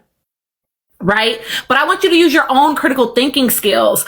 Acting like all of a sudden now Austin didn't do them fucking retweets and wasn't liking them posts because he has a black friend is actually weird. Because can we even define friendship? Yes, people were saying that, Bino. Listen, people were saying that. What did I do? My kids Let's be being real. They only like. I mean, the only reason him and Landry are friends is because she's the only one that could stand to talk to him in the beginning. Just saying. And here's the thing. I actually think that stan culture is weird. I wish that people would actually, I don't know if people are just not old enough to know where that term comes from, but it's actually not a good thing to be a stan. Y'all need to go listen to Eminem's song Stan. They don't know. It's not a good thing to be a stan. They don't know. Yeah. Go watch Bodyguard. Okay? That's actually not a cute thing to be. It literally stands for stalker fan. It's not cute. Okay? You can be a fan. I think being a fan is fantastic. Being a stan is actually weird and dangerous. Okay? Stop romanticizing dangerous things. Okay? And then, yeah, I need people. I don't need you to do shit because actually it's whatever, right? But I also am gonna talk about it, right? Like I know somebody has said in the comments, like maybe if Nikki is bothered by it, like she should just disengage. But the reality is like what we do over here on My Live is we actually talk about what we're observing. And so right now we're talking about the fan bases and what we're observing with the fan bases. And I think that when people don't have these conversations, they slip into things that they did not intend to slip into, right? I think what it's proving is how many people are actually susceptible to mind control. Yes, and wake that up. And I clearly stated before that y'all have not seen me in a lot of panels and in a lot of lives because I have taken a step back. The only reason why I continue to engage is because I'm still a fan. And I try to find places that I go to be that are uplifting. The ones that I find problematic, however, are the ones that are either like rewriting the history of it, and also commenting on how to be a better Nicolandrian than the other. As if this again, it goes back to purity politics. I need people to open their ears. Yeah. This is not about the Nicolandrian culture. This is about how this Nicolandrian culture is actually reflecting some very problematic political behavior that we are witnessing right now. Thank you. So real quick, someone wants to know what Jeremiah did. I can tell you why I don't engage with Jeremiah. I tend to be a person that, I've said it before, but I will say it again. I don't like a neutral ass bitch. You're going to have to stand on something, ho. Listen, I cannot, a friend to all is a friend to none. I'm sorry. Okay. And so for me, that was already like a pause moment. I also did not because I actually liked Jeremiah on the show. I appreciated Jeremiah on the show. He had a lot of what I perceived to be reflection and emotional intelligence, the way he kind of like sat back with things. Like, it was clear to me that he had gone to therapy, right? That was obvious to me. I didn't like how he allowed himself to be swayed by what he thought happened with Andreina, to the point that he wouldn't even give that girl a conversation. I thought that was weird, because he was allowing himself to be swayed by the public. I thought that was very weird. And then I agree also, right? He's so neutral. He's friends with everyone in order to not be on the wrong side of any particular fan base. And so I don't know how much I feel like that is authentic. And I did not like, exactly, Tanisha, I didn't like how he moved after the villa. I didn't like the little kind of like, about like Nick and Alandria. That was weird. I didn't like him with the whole, I would have pursued Alandria. Like, stop fucking lying. It was just giving, I'm looking for attachment, because that provides cover, and I don't respect that personally. So I took a step back as a person. And again, he was very, very, very, very, very, very, very tight, with Charlie and with Austin. And we know their politics. And what do I say all the time? You are the company that you keep. If you are okay with kicking it with, I'm not saying this about these two people, right? I'm not saying this about these two people. But if I was kicking it with a rapist, y'all wouldn't be like, Tina, that's kind of weird. Why you kicking it with somebody that is an alleged rapist? You would think that was weird, right?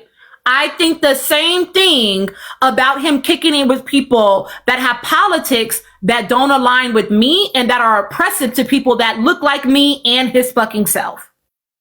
So for me, I feel like he doesn't have enough stand on business about some things that would be important things to me. It's the same reason why I took a step back from Pepe, right? When you're ALMing me and you're, tots and prayers about that man, CK, getting pew-pewed, I gotta take a step back, because baby, it ain't always two sides to every fucking thing. Some shit just is what the fuck it is. It actually is black and white. Amen. Period. Full stop. Okay. The man just recently got asked if, and so this was like even more confirmation that I don't fuck with him, right? But he just got recently asked in a Snapchat story about, this came across my threads about like if he would do a blue collar job, something like that. And the man said that he would have been a pig. I'm no shade to your family and your friends and whoever the fuck but I just don't fuck with 12 like that. And anybody that is aspiring to be 12 in 2026, it's a no for me, baby. Pepe said he would be a police. He said that that's what he would have done if he wasn't where he is right now in life, that is a path he would have taken. And it's a no for me. I know he from California, but he gives white Cuban in South Florida energy to me. He's from the same California as Josh No Allen. blocks, mommy. No blocks. So when you're asking, right, it's like, it's not like they necessarily, did something that was very like, oh, they did something that was like so awful, but they have particular behaviors and beliefs in politics that just don't align with me. And so I'm not a fan. I don't think it's okay for people to do what they do to Pepe. I think they need to leave that man alone, because I don't believe he cheated on that woman. And even if he did, chill the fuck out. It's not your cooter cat and it's not your peen. Mind your business. You know what I'm saying? But I also don't fuck with that man. Period. So I hope that I hope that clears it up. Andreina did exactly what Austin did. Has been liking post from the Orange Man. Orange.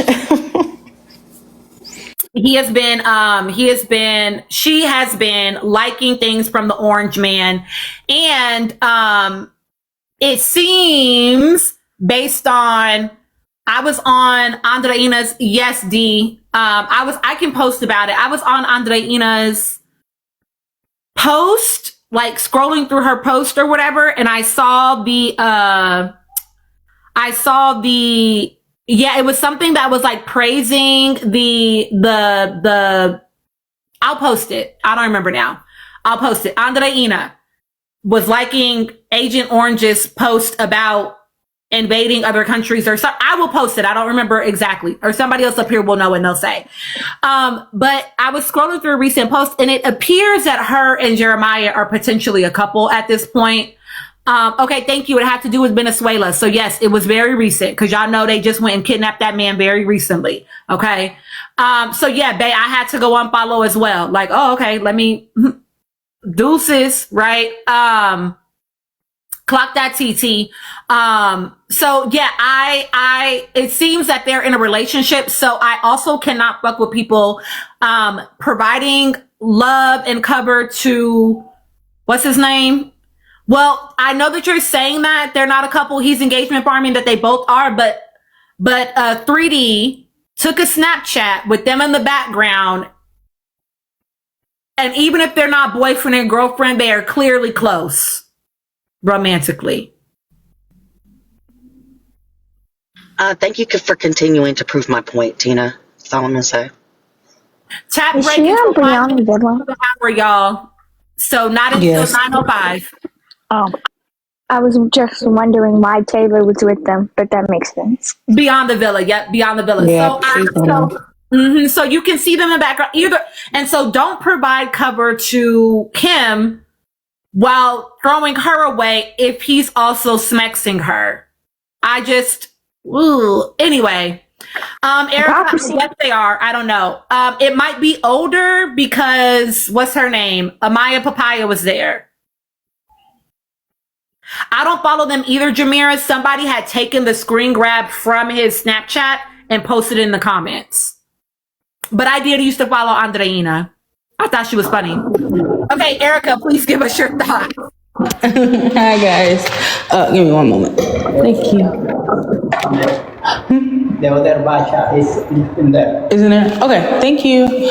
All right. Hi, guys. How are y'all?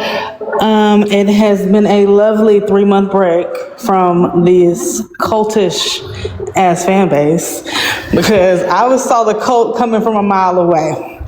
I said, like I always say, this season has been a lesson of discernment and who has it and who doesn't. Who can disengage with TV shows, media, and who can engage with it in a healthy way and say, okay, this was fun, let's move on. I can like it, but not actively engage with it every day. I have never seen, I am 27, so I grew up in the age of social media, so I very much grew up with it, but I also had a normalcy towards it. To see the amount of people who have gained no normalcy, like this is my first day officially back on TikTok. And when I tell you, I looked at some lives today and I said, we're still doing this? Why do we need to look at that kiss that we've seen 7 times? I'm gonna just tell y'all, it's getting weird. Stop it, go kiss your own goddamn man. It's freaky. You're nasty, stop it. I want you to stop it right now. And it's upsetting because I'm just like, what are y'all doing? It's incredibly strange. I don't like it. And then to see them saying, well, yeah, you see, they cut something out. At this point, guys, we know Peacock cut something out. That's kind of what reality TV shows have done since the dawn of time. I need y'all to pull back and realize that has always been done. Is this y'all's first season of reality TV? All together? What is happening? Because I'm sick of it. To the core of me. I mean, and then I've been on the YouTube streets, Tina. I'm gonna need Chris to upload my lives because I've been out of touch. And I feel very disengaged and unloved by my YouTube channel. I'd like to say that.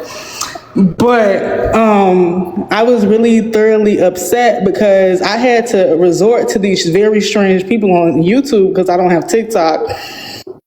Lord had mercy. The amount of clickbait and strange lives that I've walked up into on YouTube, I said, even y'all are nuts over here. How dare you be a nut on YouTube? And just hearing things and going off on these weird tangents and everything. I'm just like, y'all are dragging it. This girl is good enough. She has done a lot within the time frame that she's been out that is amazing. I need y'all to stop doing too much. She's gonna get there. We don't know what she's gonna do next. Just be happy for the journey. Y'all are I am the book talk. Well, no, I don't trust book talk sometimes. I am the book tube, but y'all are the goddamn Wattpad not nut jobs that were writing fan fictions about One Direction. There's a difference. There's a segment for y'all. I just cannot.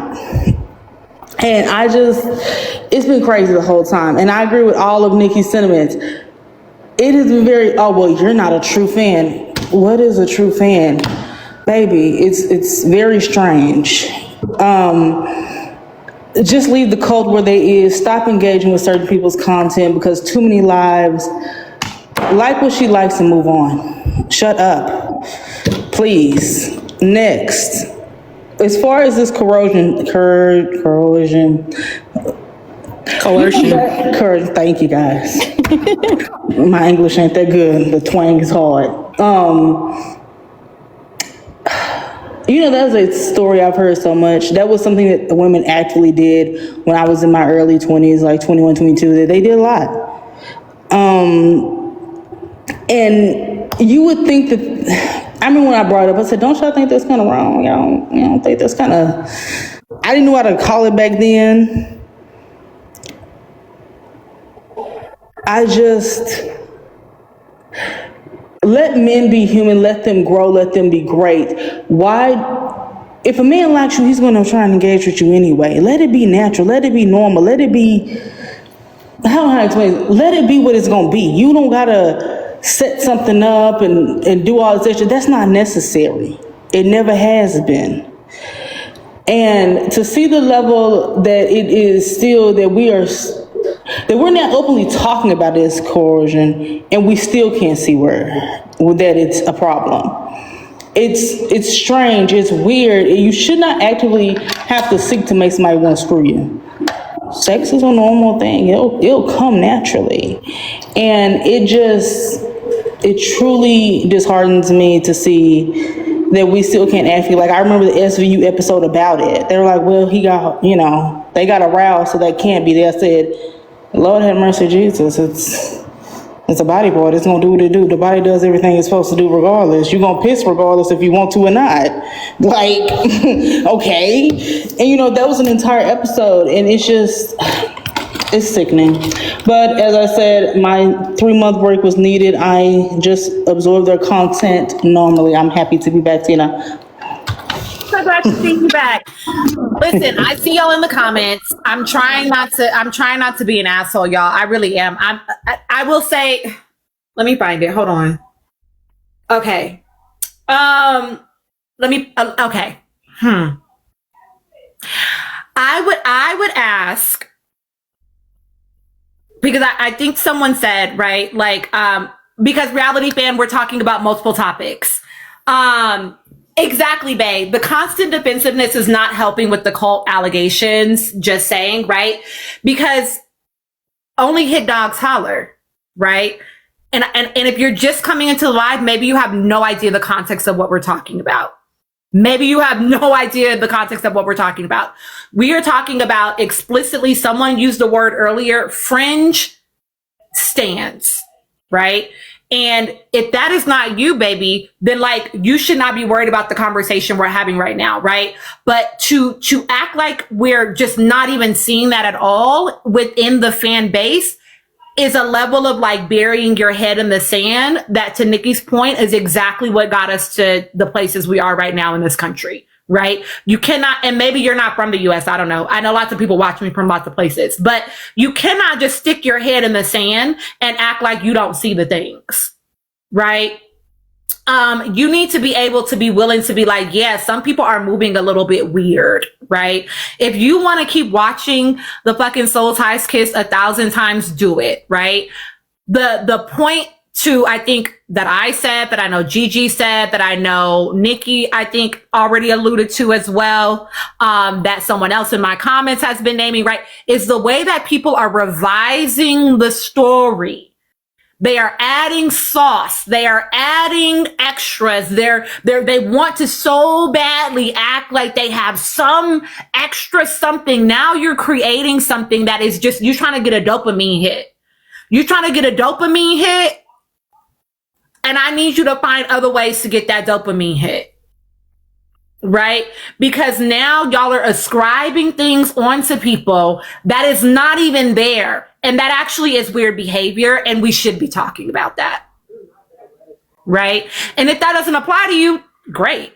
We're not talking about you. Right? But I also want you to know, listen,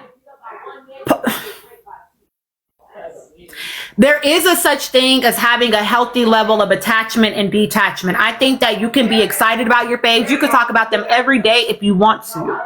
Absolutely. Right? Danielle, that's it right there. That's it right there. There are too many people using the Love Island contestants to gain notoriety. And that's why some of these people keep inviting you into conversations that are old conversations and trying to find something new in the conversation because they want you to be like, oh my God, so-and-so said it. Oh my God. They want that for themselves. It's about them more than it's about even your faves, babes. I need y'all to be clocked in to people's intentions. Right? And so what's having this conversation is I've said it. I haven't had to say this in a really long time. But this is a big brain live. People over here have big brains and we encourage you to stretch your brain and work that neuroplasticity and all that shit. Okay. Over here, we do a lot of nuance over here. And we make ourselves sometimes uncomfortable because that's where growth is, right? Have y'all ever heard the phrase iron sharpens iron? If you grew up in the Christian church, I know you probably did, right? But I want us to, Danny, don't start, girl. You start in trouble. What y'all want? So, my little amigos, my amigos and amigas, you know? Let me get on your level. Oh my goodness. So me amigos and me. Can I say I'm alive? Do y'all want to say hello to, very quickly, say hello. Hi guys. They don't know you. It doesn't matter. Let me just be happy and say hi to people. Okay. Tell me what you want. Me amigos and amigas, I don't, but they want to walk to the corner store and get some snacky snacks so we can play games and stuff. If that's cool with you, of course. Of course, if that's cool with you. And there's 4 of us, so if we get kidnapped, then me and John... No, stop. I'm the fastest. Me and John know how to fight. So we both took boxing, and we'll defend them. Okay, we can defend ourselves. Y'all, don't be trying to advocate for them in here. Hey, we like it. Not I heard we can't even defend ourselves. What? That didn't move me. I'm sorry. Okay. Yeah, see, let us get some snacks. We're big. Let us be big. Okay, listen. Okay, you have a time limit. Okay, a time limit of how long? Yeah. I feel like 15 minutes is long enough to walk to the corner. It's gonna take me 15 minutes to walk down there. The corner store is right there. It's right across the street. Yeah, can you believe they pointed that way when we talked about the corner store? Maybe y'all don't need to be walking to the corner store. Y'all don't even know where you're going. I just say they don't even know where it's at. They don't need to go. If you have to use maps. It's okay, guys. Okay. Okay, so we can go. 15 minutes. I'm not playing. Okay. I'm gonna be blowing you up. Can we run? Yes. Jog. Get your cardio in. Heart healthy. Okay. No, it ain't gonna take no dang on 15 minutes to get there. Tina, I would like to walk it 1 block. Okay, sorry. Y'all, I got distracted. Anyway, y'all get what I'm saying. All right, damn it. Move to 7th letter. Before you move to 7th letter, I'm not sure if this person has been blocked, but there was something that I saw about them asking you the question, Tina, do you feel this way about the Ariana Grande stands or the Taylor Swift stands? Because I guess they are saying why aren't you having this level of smoke? And I know that you do, but they might not have. Let me help. Number 1, I don't talk about fan bases that I don't engage with. Okay. No shade, literally all tea. I'm not engaging with Taylor Swift. Why are you engaging with Taylor Swift? She's a fucking billionaire. I don't engage with billionaires. There's no ethical billionaire. You must not know my politics. But if I were to engage with the fan base and they were engaging in these things, abso-fucking-lutely, because my principles are my principles. I, unlike lots of people, am not swayed by who the person is, whether I like them or not. Hi, Tata. Hi, Desi. Hi, all my loves that came in while I was doing the teenager talk. I'm not swayed by none of that shit. My principles are actually my principles. No matter how I feel about you as a person that I'm watching in the spotlight, I can like you and still be like, the fan base is weird. So I hope that cleared it up.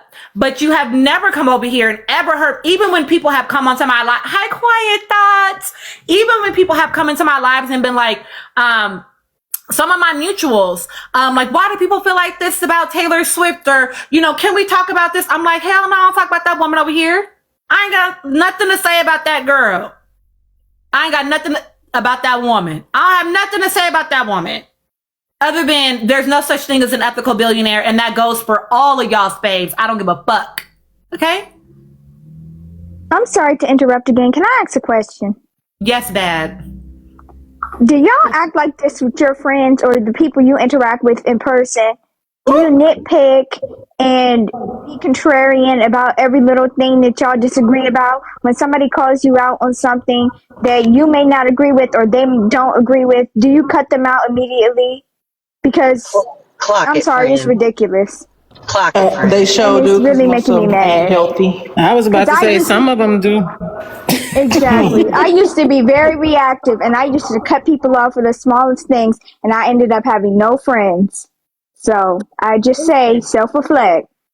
It's like the fact that it feels really uncomfortable in your body, actually, to hear us having any sort of critique around the fan base. And I'm about to stretch it for y'all, right? I'm about to do my little therapist thing because y'all feel like that's a critique of the faves. Because we're having a conversation about the fan base, explicitly the fringe part of the fan base. We've been so explicit about who the fuck we talking about. We've been so explicit about who the fuck we talking about, and you're dysregulated about that. I think that is something to pay attention to. Is why does that feel like an attack against you? And an attack against your fave when I literally said y'all need to make a different name for them because I don't think they're Nicolandras. I don't think that they're healthy fans. They're giving someone said Nickeloonies, what'd you say, Gigi? Please. Nicolatis, I heard Colonies or something like that. Like, give them a different name. We're talking about a fringe group of people. Why are you putting on shoes that don't fucking belong to you unless they do? And if they do, I would encourage like sitting and listening to what your body is telling you about why you are having that reaction and what you might need to take away from this. Okay? But yeah, I say all the time, I'm an equal opportunity accountability baddie. I will give it to everybody around observations of behaviors that I think is weird and that I think should be like, hey, people that I care about, people that come into my lives, I actually like y'all, right? I actually like the people that come into my lives and I care about what you might be ingesting. Taylor, what I will say to you, right, is like, if you don't know what we're talking about, then I'm actually grateful that you don't. But we are talking in code for a reason. Those of us that know in the space, know. But when people start revising history, start trying to create false senses of closeness to people they don't fucking know by creating stories, by trying to get into inner circles, all that shit is weird. People being glad to be stans as if that doesn't literally translate to stalker fan is weird, actually. It is an unhealthy level of attachment. Y'all have been talking about being parasocial all fucking summer. Y'all been talking about being parasocial all fucking summer in the wrong context. And now that I'm saying, oh, actually, there are some people that are acting this way, it's feeling uncomfortable to hear that. And I don't know why, because we've been talking about it all summer. Yes, that's what stan means. It's literally derived from Eminem's song about a guy named Stan who is writing him letters and ends up redacting, like it's not a cutesy. It's not a cutesy. Okay? So, love y'all down. You know what it's starting to sound like? I'm just hooting and hollering. That's what it's starting to sound like. Pistachio, I ain't talking to you. That's what it's starting to sound like. So my dog looked at me.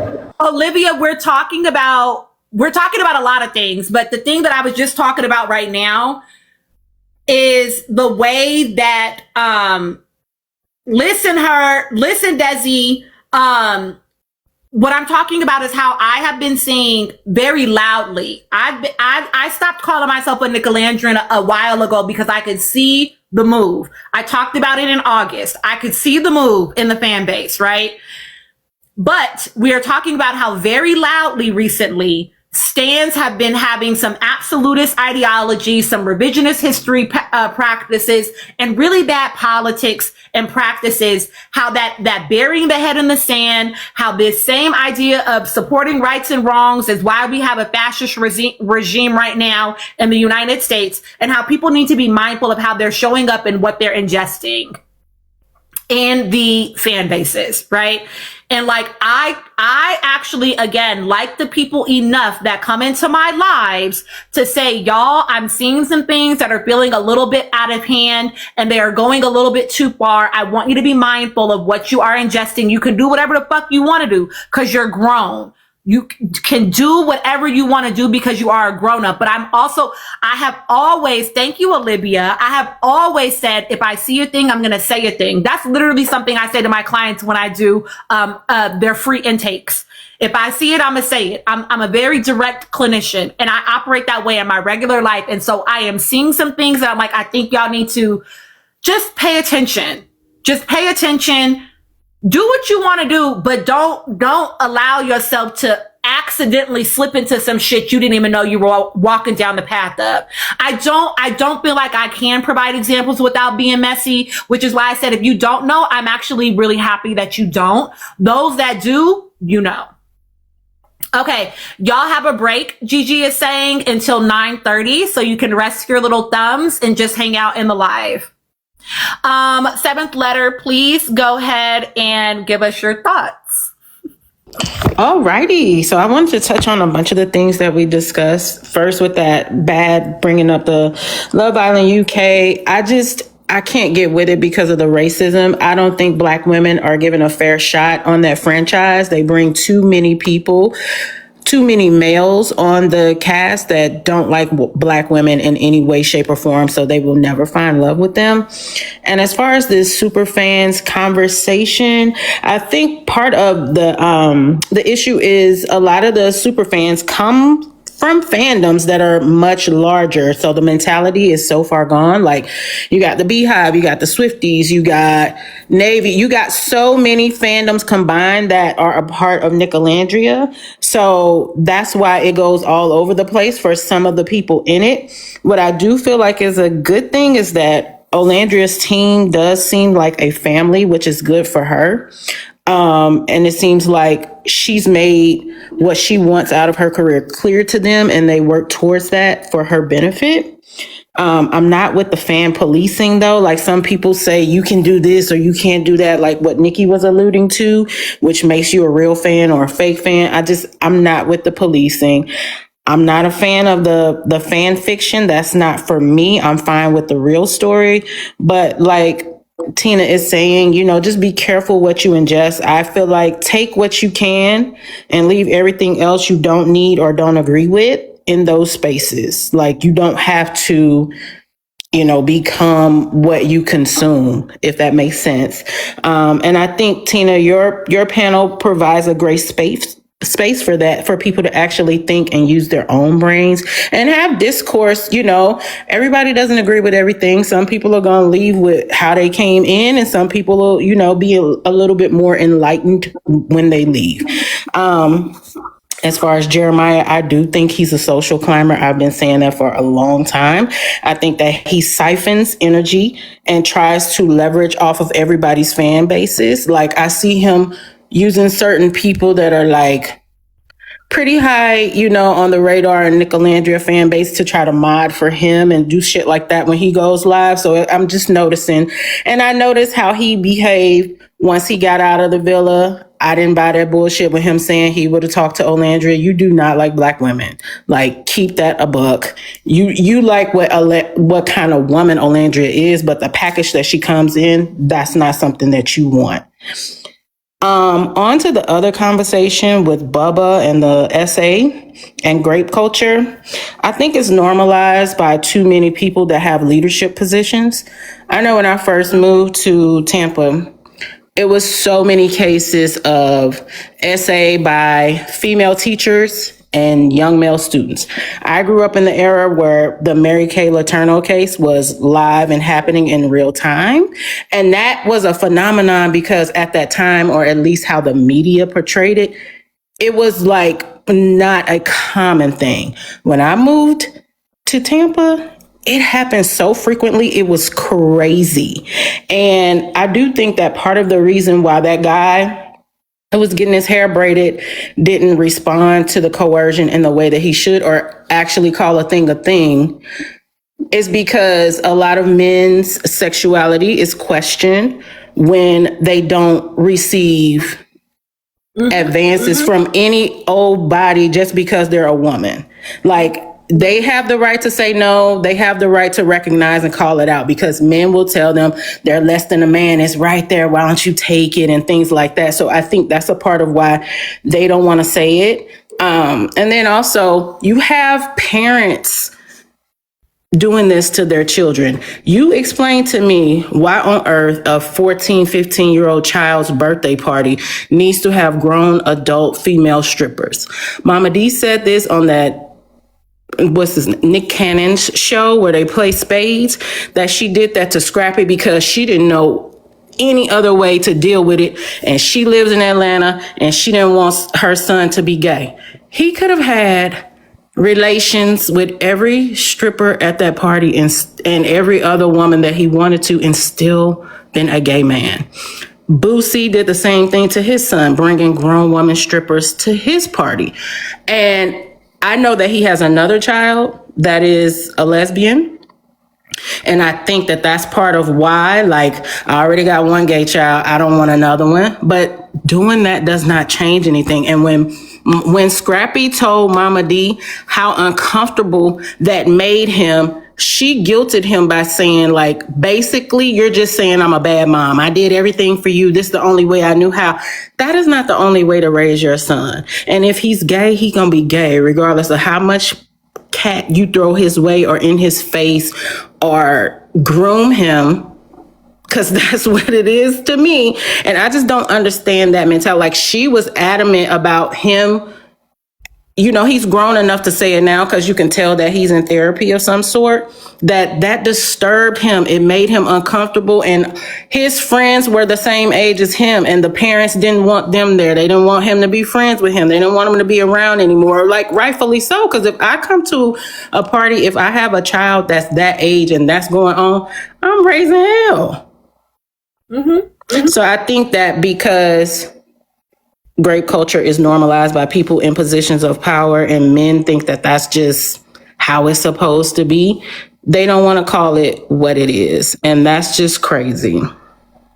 I love it. I agree with this all. Listen, Desi just said they're just encouraging hypersexuality and DL behaviors that are oppressive to women. And Desi, I know this. I know that you know this, and I'm going to stretch it. I'm going to say and violent to women, because let's wake up the fact that Black women at one point were the highest contractors of HIV, and that was because they were dealing with cishet men that they were in relationships with that were engaging in risky behaviors. Because I can't actually be gay. I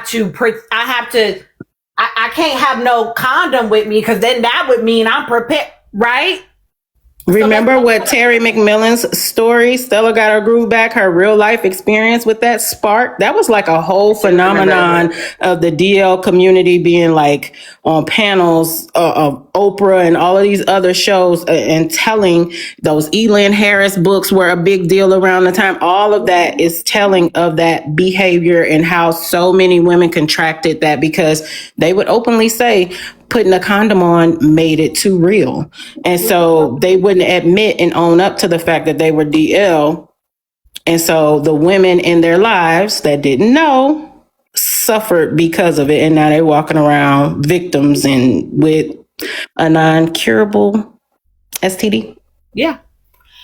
And I'm again going to say the numbers were, and this was at least, I think this is in 2016, 2017, Black women, we were the highest contractors at that time due to that. So I'm not, I need us to wake up some conversations in our community and in our households so that we can prepare our boys and our eventually men, right, to,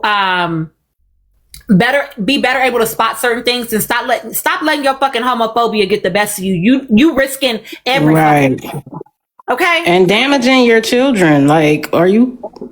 And Tina, I do have a question. You know, I always got a question for you. So we ended the conversation yesterday about traders, and I'm not a fan of Colton.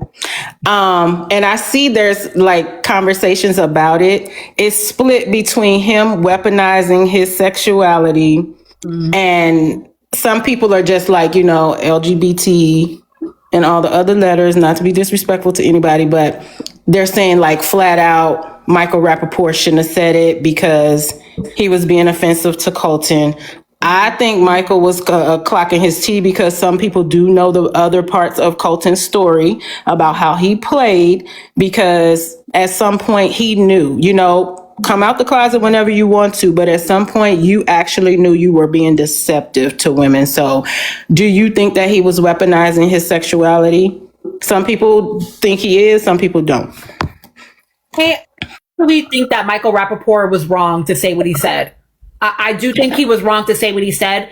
And I don't think that Colton is a victim in the household, right? Like, I don't think that he is a victim in the mansion, right?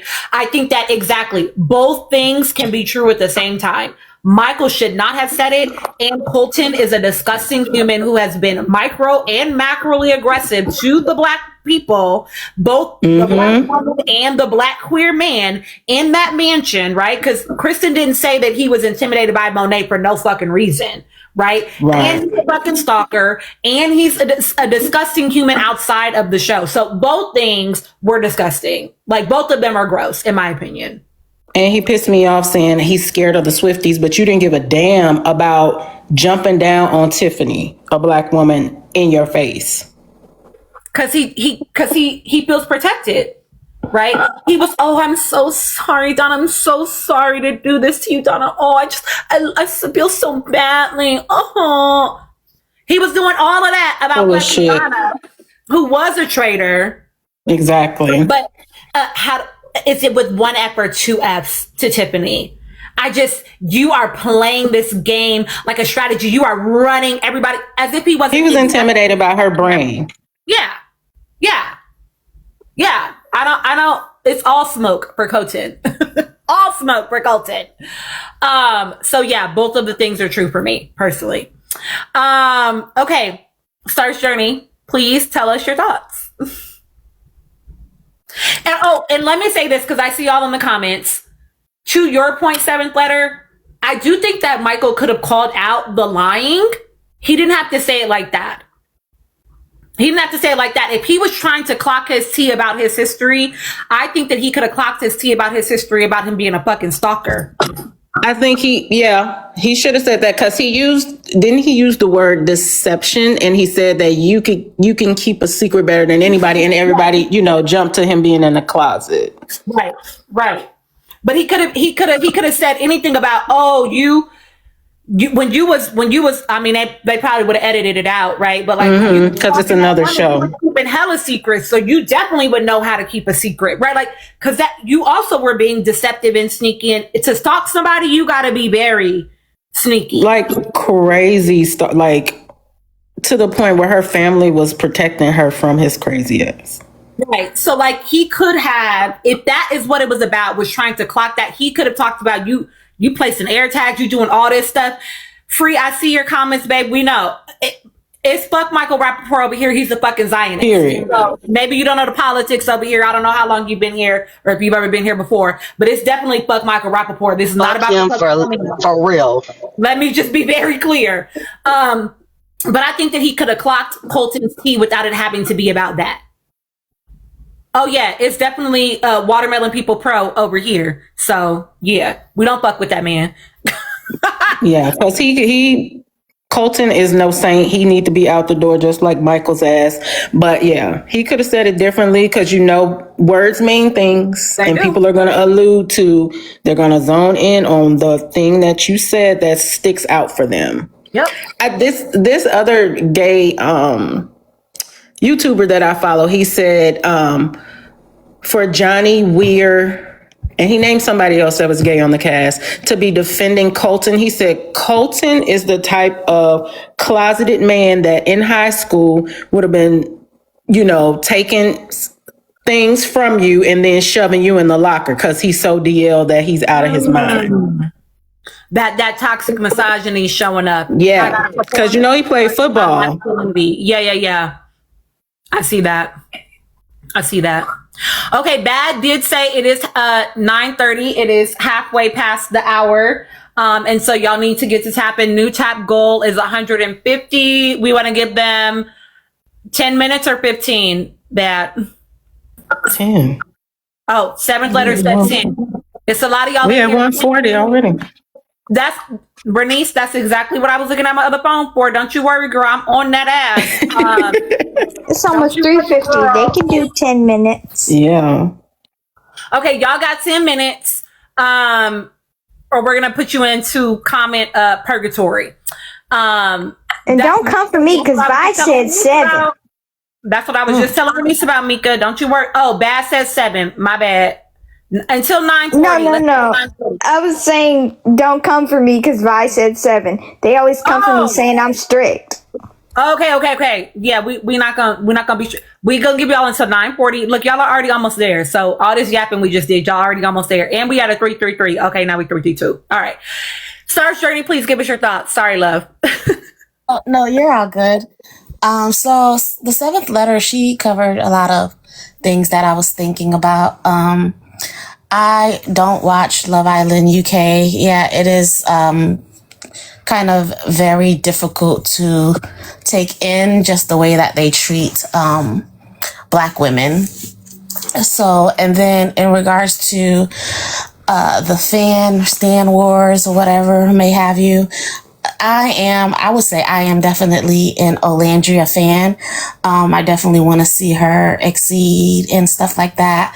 But it's definitely a lot going on with just all like the Stan Wars. And sometimes I'll definitely go into like Love Island and see what is going on, just like with everyone, because I don't really like follow the individual Islanders. I feel like a lot of them toxic and fake, especially Jeremiah as well. Like I know a lot of people like him and even Pepe, but I just feel like a lot of them just, I do feel like a lot of them went there to gain some type of notoriety, but that's probably with most of the people that go on there. I guess necessarily don't care for them, but I have like seen on threads and stuff like that of just, I guess like the comparisons on both ends. Like it'll be like,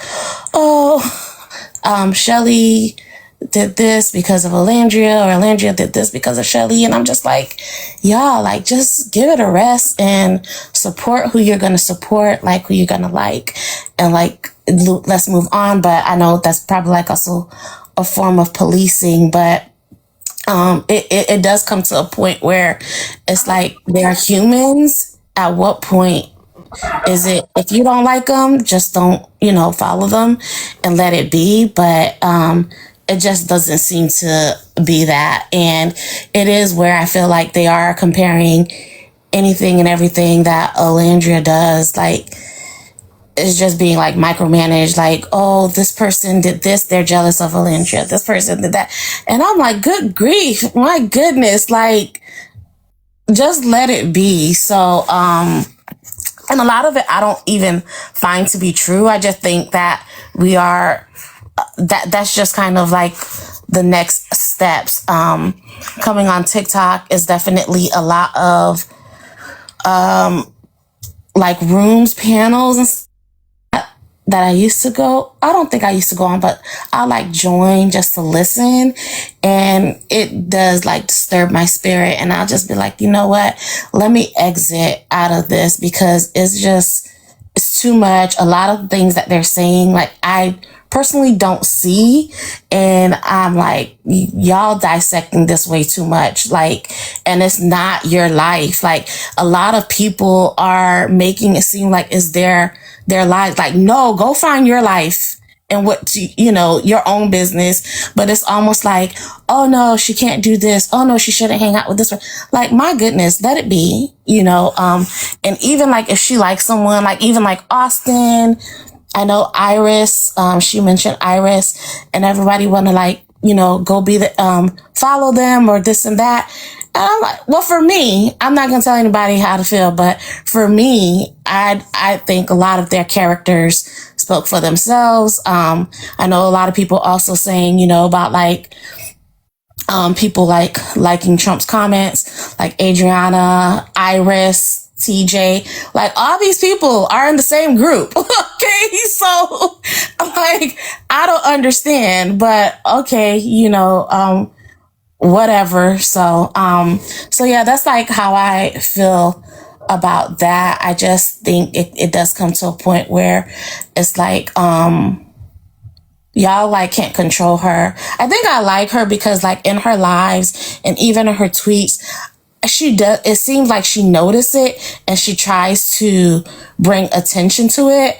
But it's almost like, at my job, they'll have TED Talks, to like talk about like just, bringing more attention to different things, whether it be diversity or whatever the case may be.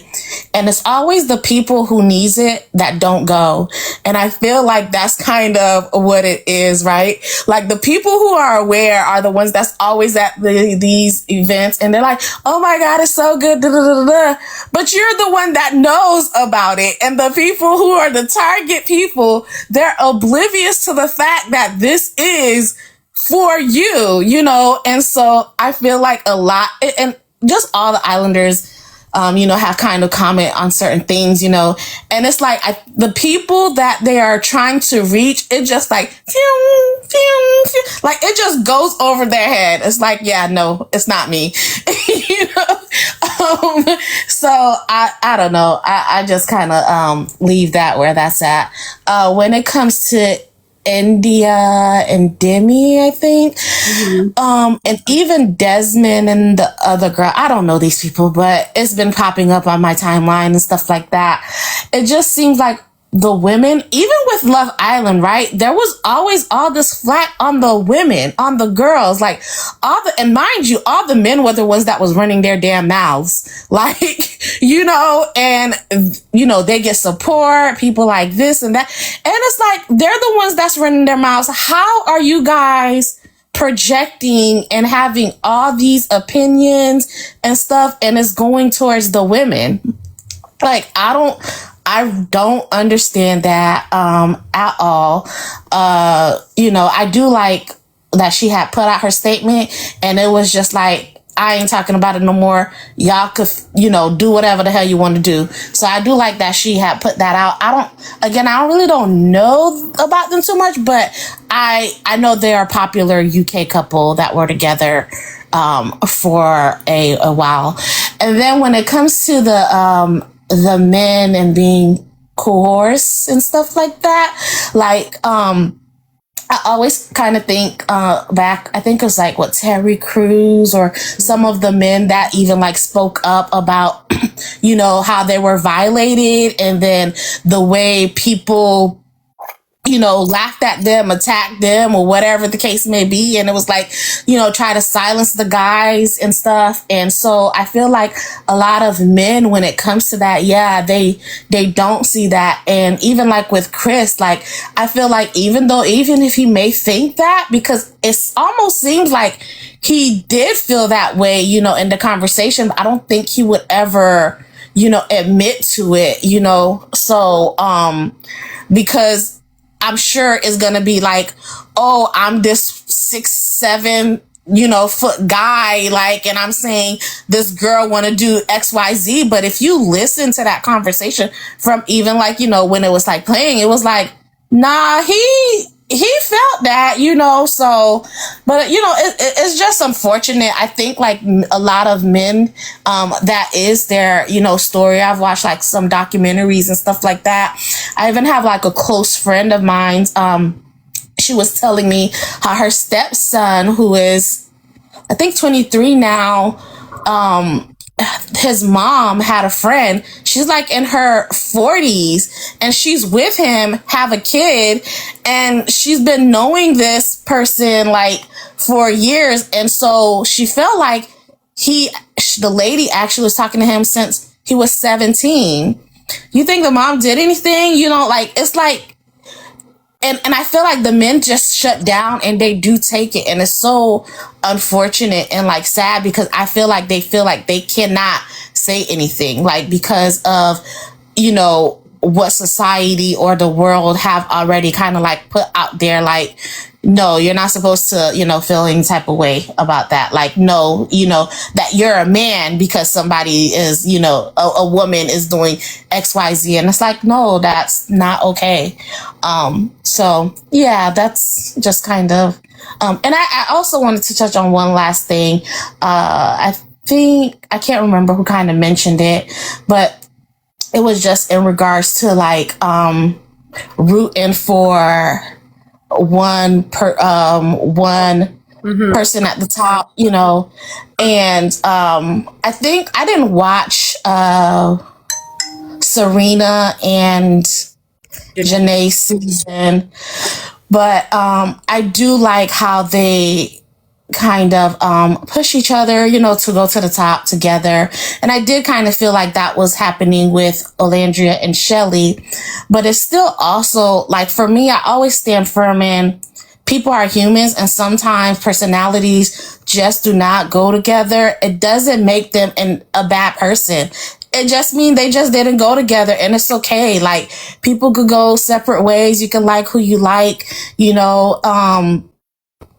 both can, elevate together, both can go in different directions. And I always see this at work as well. It's like sometimes we do this. We could say that it's the fans, and I don't think that part is fully the fans, because we also do that to ourselves. And what I mean by that is I feel like they were doing a good job just like liking each other and stuff like that. And then when the Allen stuff came, I feel like that's kind of what help push that narrative. It was happening definitely with the fans, but I feel like they were trying to silence it, and then it just kind of pushed it. And I just always see that at work, like when we're hiring Black women or Black people in general, like sometimes I'll see, Black people not want to hire other Black people. And it's just like, come on, let's, like other races are doing it. Like, why can't we all elevate together? It doesn't need to be one person at the top and I'm not going to bring you on. Like, multiple people can be at the top.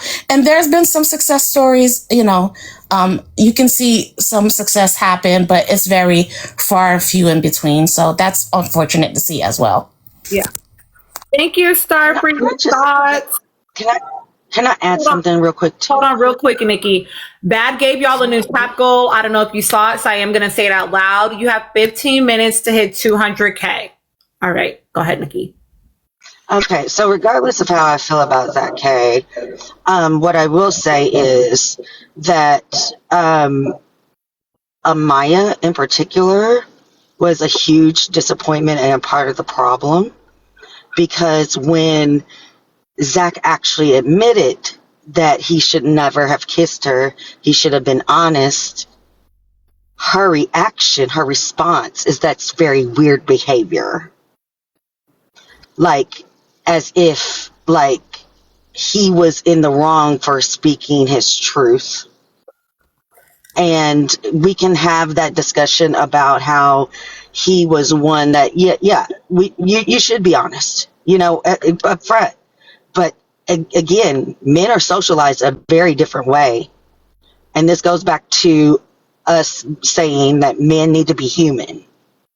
And we as women, we need to be able to understand that they are definitely conditioned a certain way, and to why a lot of men tend to do things that they probably don't want to do, and then actually make excuses that it wasn't as bad because the person that did it was a quote unquote baddie. I'm just saying, like, there needs to be an honest conversation when it comes to women and how we view masculinity.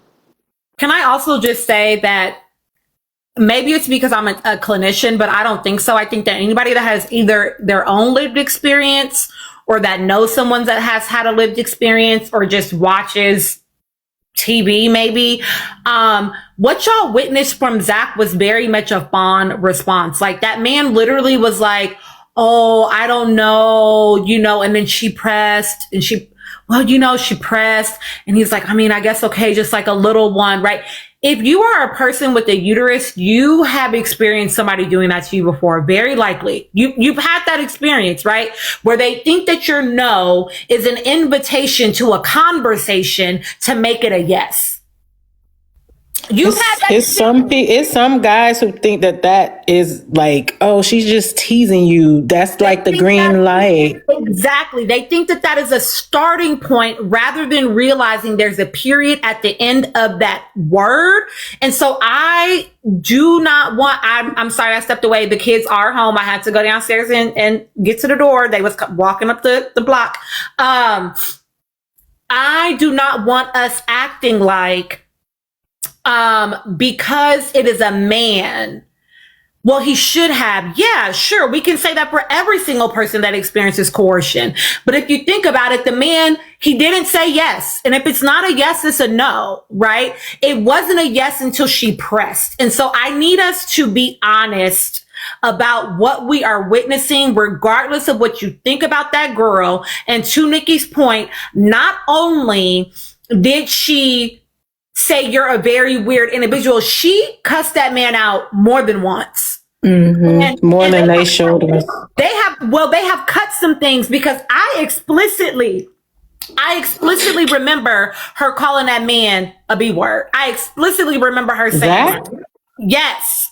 I explicitly remember her. Yeah, she said that. I remember it too. And she did that to multiple of the men. They said that she did. I didn't catch it, but they said that she did. I watch everything with captions. So even if the audio never comes through, I see what was said because it's in the captions.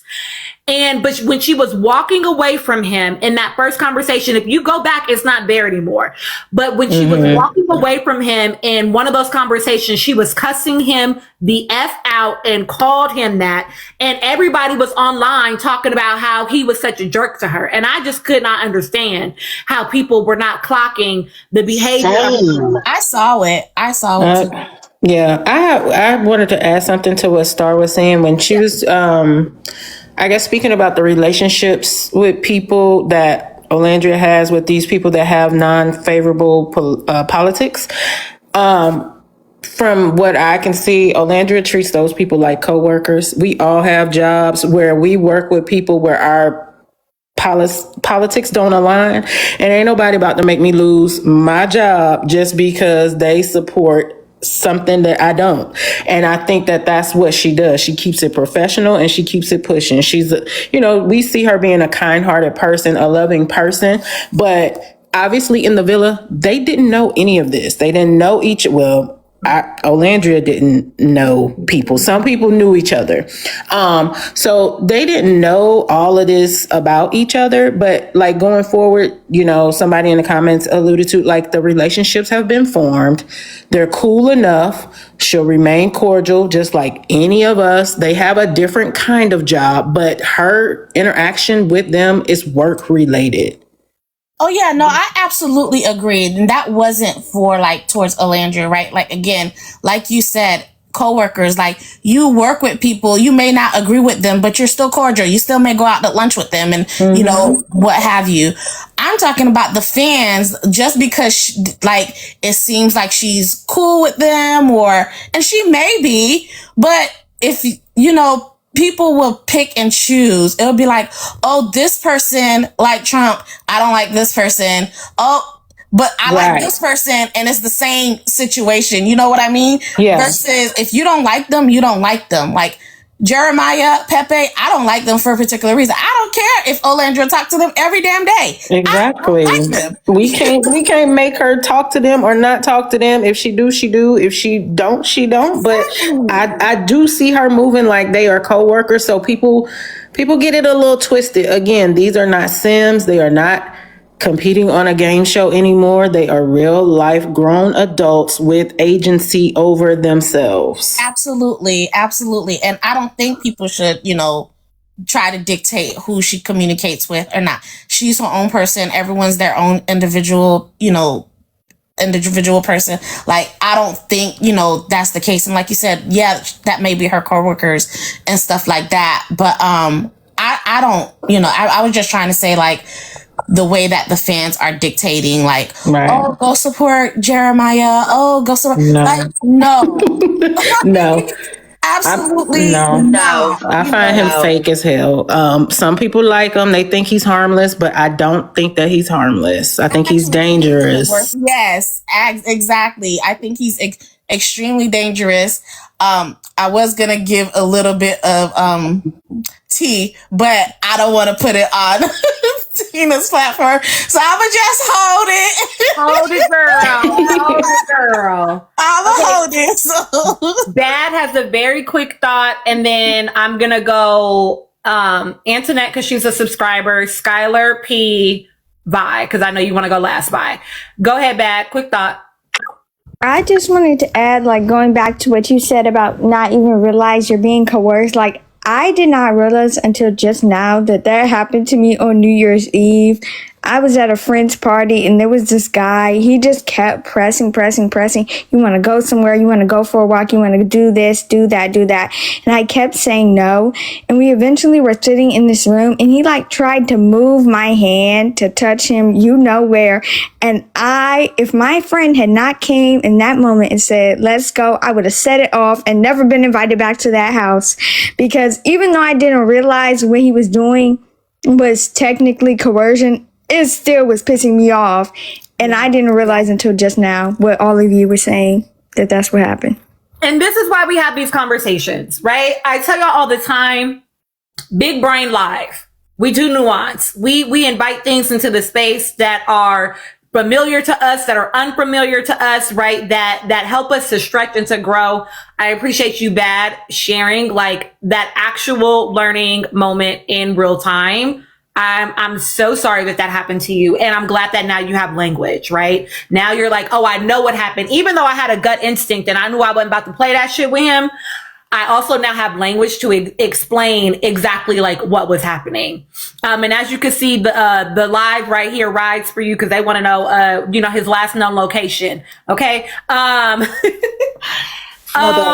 need the name. I need the name, Bad. I need the name. Period. I blocked it out my mind. I don't remember.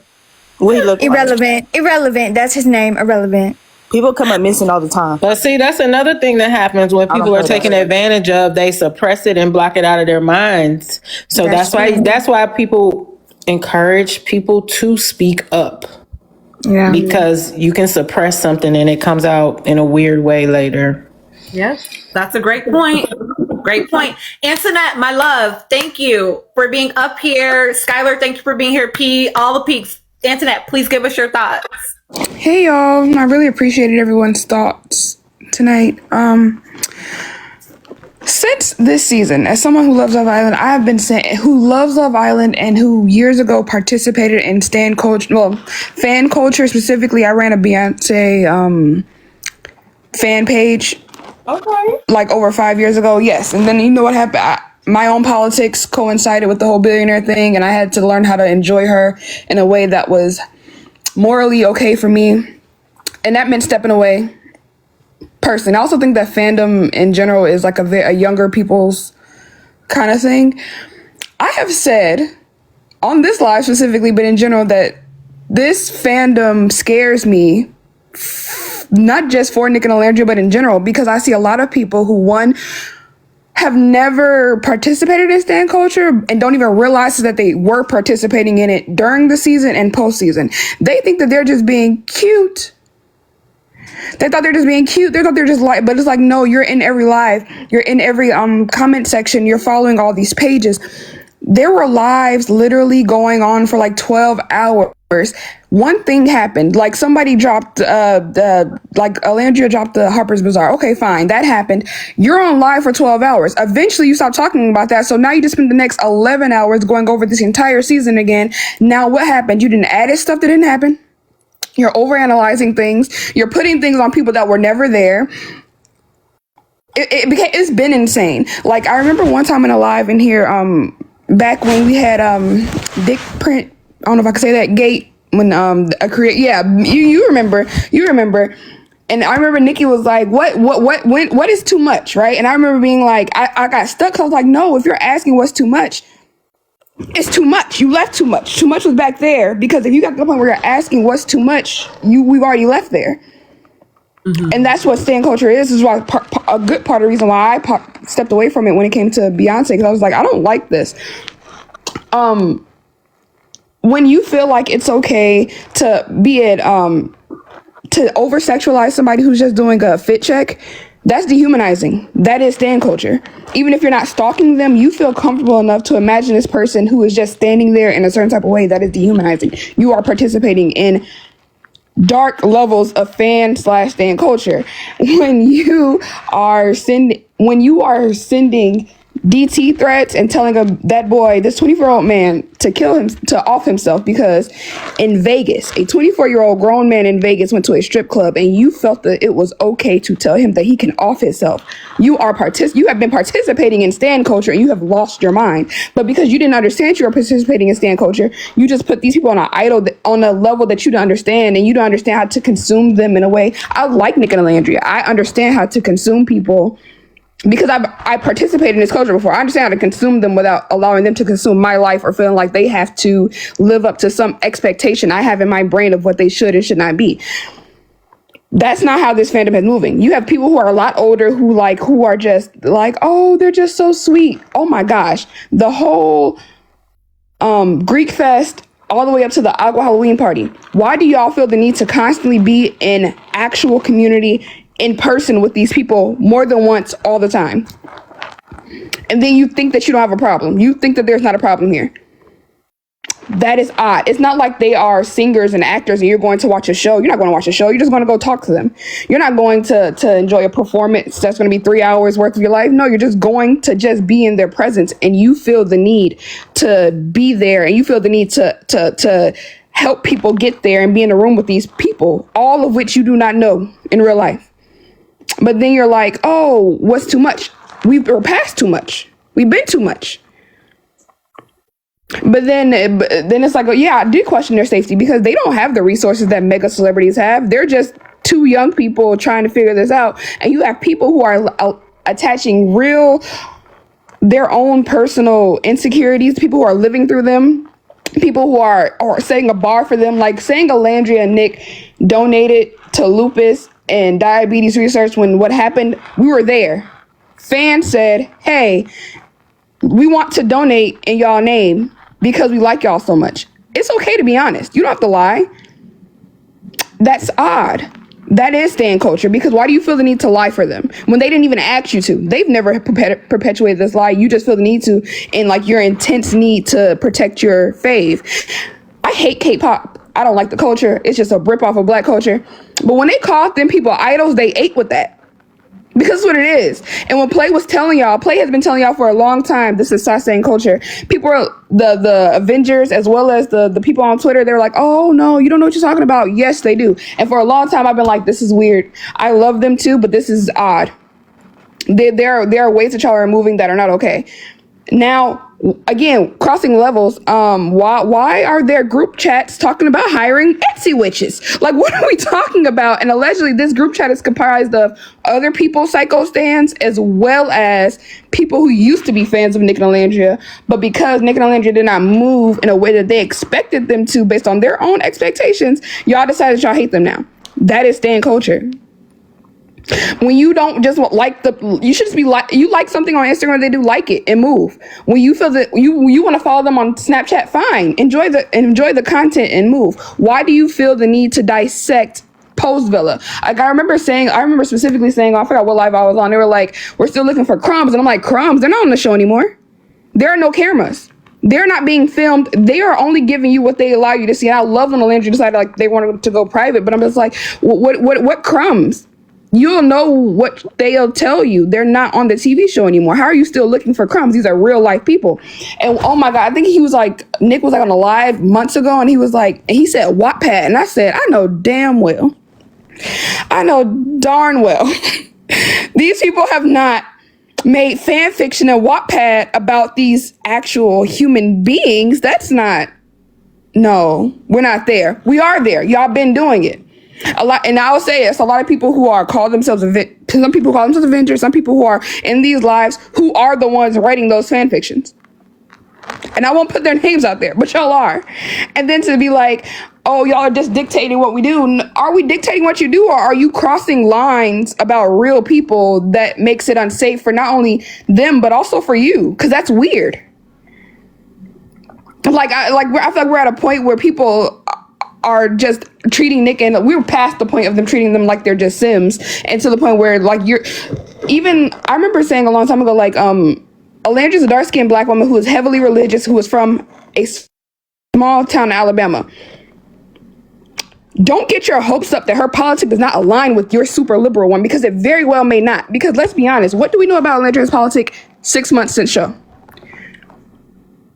Nothing. But let some crazy stans tell you she is like the most liberal, this, that, and the other one. It's like, no, she hasn't told you this. She hasn't given you any of that. But because you expect it of her, and she's with a white boy who's also from Miami, Florida. Like, let's be real. I'm not saying that they are Republicans or anything like that. What I am saying is the projection, right? When you're projecting so much on them that you're like, you expect them to have your same level of politics when who knows if they even understand politics. They haven't told y'all anything. So you have people who are anti-stans of them projecting onto them that they're like secret maggots. Oh my God, I've been seeing that for a while now, that they're actually secret maggots, Nick and Alandria, because they haven't outright come out and said they don't support Trump. But then you have people who are supportive of them who are fighting that by being like, absolutely they're not. How do you know? Neither of you know anything. You know nothing about these people. That is, you may not understand it, but that is stan culture, because neither of you know anything about their actual politic, but you have decided because you like them or because you dislike them that you do know. That is stan culture. Did I catch a stray? I'm sorry. You didn't catch a stray, Nikki. Did I catch a stray? Because you brought my name up. Yeah, I was talking about the one time we were talking. You were like, what's too much? And I'm like, what's too much is when you're asking, is this too much? But I think what I was saying in that is that we have to discern what is too much in our purity politics. How much are we projecting our own beliefs onto another person? And like, I wasn't defending the right to talk about the over schmexualizing of people. Oh no, I didn't say you were. Okay, I was just making. No. Okay, I wasn't saying you were. I was saying the conversation was like, well, what's the line? And it's like when people are then coming out in like droves trying to defend the over sexualization of someone who's not being sexual. Like, he was just standing there. It wasn't like soul ties or congratulations kiss where they're actually doing something. He was just standing there, and people decided to make dissertations about a print.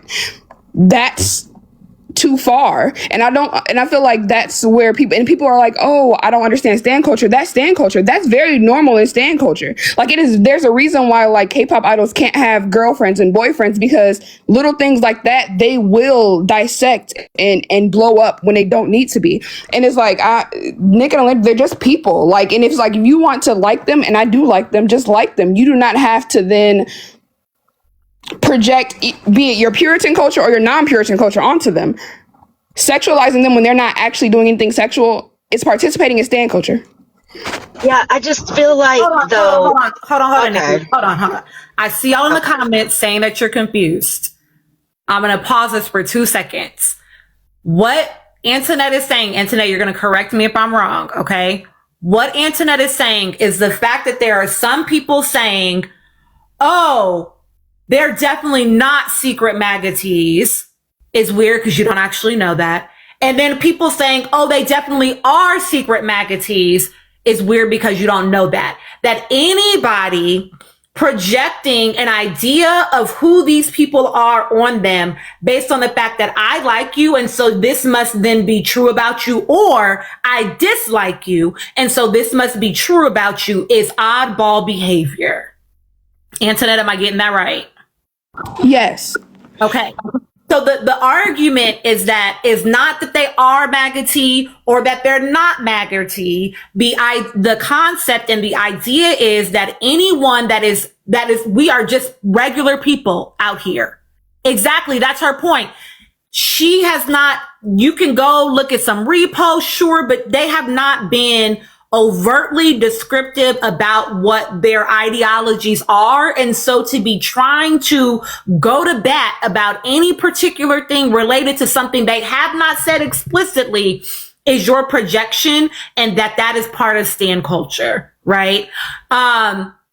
Ola being super religious, I think that we have to be, now I hear y'all in these comments. That's not fair. Y'all know y'all have seen that lady. I like Alandria, and I grew up in a Black religious household. She has talked about God from day one. Why are we pretending? Plenty of times. Like, I want y'all to not act like you don't know that she is a religious woman. She talks about that. She talked about it on her interview with Tish Cyrus. She talked about how part of the concern around going on the show was what she was going to do on the show, about being mindful of how she presented herself on the show. I think that you all are ascribing something to what it means to be super religious, right? Versus religious. Either way, she's a religious woman. She is a God-fearing woman. That matters to her, right? But not everybody that is super religious practices modesty. Like, I think that exactly, it's that super religious is subjective. And so people, you need to understand that you're having your subjective, it's not an objective thing, right? There are some people that are super religious that act in all sorts of ways, right? It's the super that is throwing y'all. I want y'all to just lean on the fact that the woman said she is religious, she is God-fearing, she prays, she talks a lot about her religion and it being important to her and who she is as a person. She talked about going down to the altar and praying. Like, she talks about her religiosity and her faith. So I think that we have to just not act like that's a shock right now. Also, because I'm reading the comments, you can take the super if it bothers you. You can hold on to that and take it however you want to, but I don't want my words to get misconstrued. She is a very God-fearing woman, and that is okay. I'm agnostic myself. I do not judge her for that. What I am saying is people who may not be super religious, but who love her, projecting onto her that she believes a certain thing, and people who are super religious who love her doing the same. And what I'm saying is a lot, not always, but there are a lot of super religious Southern Black folks who are also very conservative in a lot of ways that may not be a Republican, but are conservative in a lot of other ways. So I find it odd how I see Stan Wars where you're fighting allegations with also allegations because you know nothing. Her and Nick have actually made it a point to not speak on their geopolitical beliefs.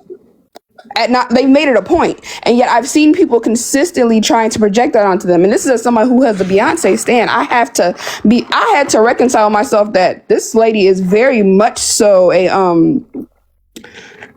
what's the word? I'm sorry. Yes, the biggest, the largest, okay, of capitalists. And for me, reconciling that was I'm not buying any more Beyonce tickets. Even if she does not say I am a capitalist, I have to see what I see, one. And two, I also can't project onto her what I just have to go by what I see. And what I see is that I like Alandria and I like Nick. What I'm also seeing is that people who are like, oh, well, based off likes, and this is what I hate, based off likes, based off retweets, this is who this person is. Okay, this is who Austin is. Well, you know who Austin's friends with? He's friends with Jeremiah. You know who Jeremiah's friends with? He's friends with Nick. You know who Nick is in a relationship? He's in a relationship with Alandria. So if you want to have these type of I'm writing you off because of this kind of conversations in the name of Stan Wars because you like someone, just know you're going to be writing off a lot of people. And you have to reconcile that. Can I just say something real quick? What I'm not happy with what's happening. What? I know. I'm just not happy with what's happening in the comments. Yeah. A lot of us sometimes we kind of need to like talk things through and allow different perspectives to happen, even if we don't agree with them or it doesn't make sense. For people to ask, move on from this. No, there's a lot to be learned from people who we don't agree with. And this is exactly what I was talking about earlier, y'all. Y'all are proving my point at every turn. It's a burden being early. It's a burden for me being early. And a lot of y'all think y'all are early and you're not. Tina, there's somebody named Nas in the comments. People saying need to be blocked. Okay. I blocked them already. Hit dogs hollering. I'm sorry. Let me just say this. Part of why people come to my live, I know a huge part of why people come to my live is because they know that I make space for lots of things that feel uncomfortable. Nobody's over here being too, I do have some boundaries, right? But I describe it as like I have a box and then you can be very fluid within that box, right? I make a lot of space for people to say the things within the boundaries that I set, right? You can hear things in this live that you don't agree with, that feel uncomfortable to you. My encouragement always is to get curious with why you feel uncomfortable hearing it. Not to try to shut people down though in my space. Everybody knows that I will definitely say if somebody is doing something that's a little outrageous, I will definitely say something about it if you've ever been in this live, right? Exactly, gentle girl. I think that what's happening for some people, and again, I am speculating. This is for you to sit with because I don't know you, right? I think what's happening for some people is the super, exactly. I think the same thing, T, right? Super is feeling very hard for some people, but I think that people need to just sit with what the meat of it is. Anybody in this live that's ever been in a Christian church, I'm sure you've heard the phrase, don't throw the baby out with the bathwater. Eat the meat and leave the bone, okay? I need you to know what you need to take and what you can put down, right? Check. I'm wondering what that's about. I'm going to give you some space to well, see, Tata, maybe you missed it, but there are people actively in the comments saying, can we move on from the conversation? What's the point of this take? Why are we saying this? And I need y'all to just realize that you feel uncomfortable and you feel offended maybe, but that is something for you to sit with, not for you to try to make somebody else not feel about the situation or not discuss, right? We're going to open up conversation, period. If that feels uncomfortable for you, this is probably not the space for you. I talk about it all the time. I love us talking about the micro level, but I always want to zoom us out to the macro level when we have conversations in my space, right? So again, super might be feeling uncomfortable for you, and that's fair. Take what you need to, leave what you don't, right? Once again, the defensiveness, right? So I just want to say, exactly, Shello. Exactly. What I'm taking away from what Antoinette is saying is that a lot of people are engaging in stan culture because, again, they have ascribed certain things to Alandria, right? Whether it's because they like her or because they don't, it doesn't matter, right? They do this with everybody, right? The point is generally clear, right? And I want us to, I want us to name, right? There are some people saying it in the comments, right? that some people hear super religious, and that means like conservative, or that means MAGA T, and that feels uncomfortable. But those are conclusions that like you're drawing. That's like a story that you're telling, right? And so you need to get curious about why that's the story you're telling and whether or not that's actually the story being told to you, right? And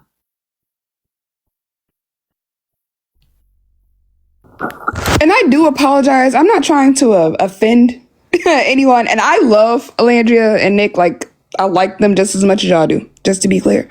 What I am saying is that people are projecting on them. Like, it's okay for her to be religious. It's okay for her to also be sexy. It's okay for all of these things. It is not okay for y'all to be having like wars on who she is when there are a lot of things that she has simply not disclosed, like at all.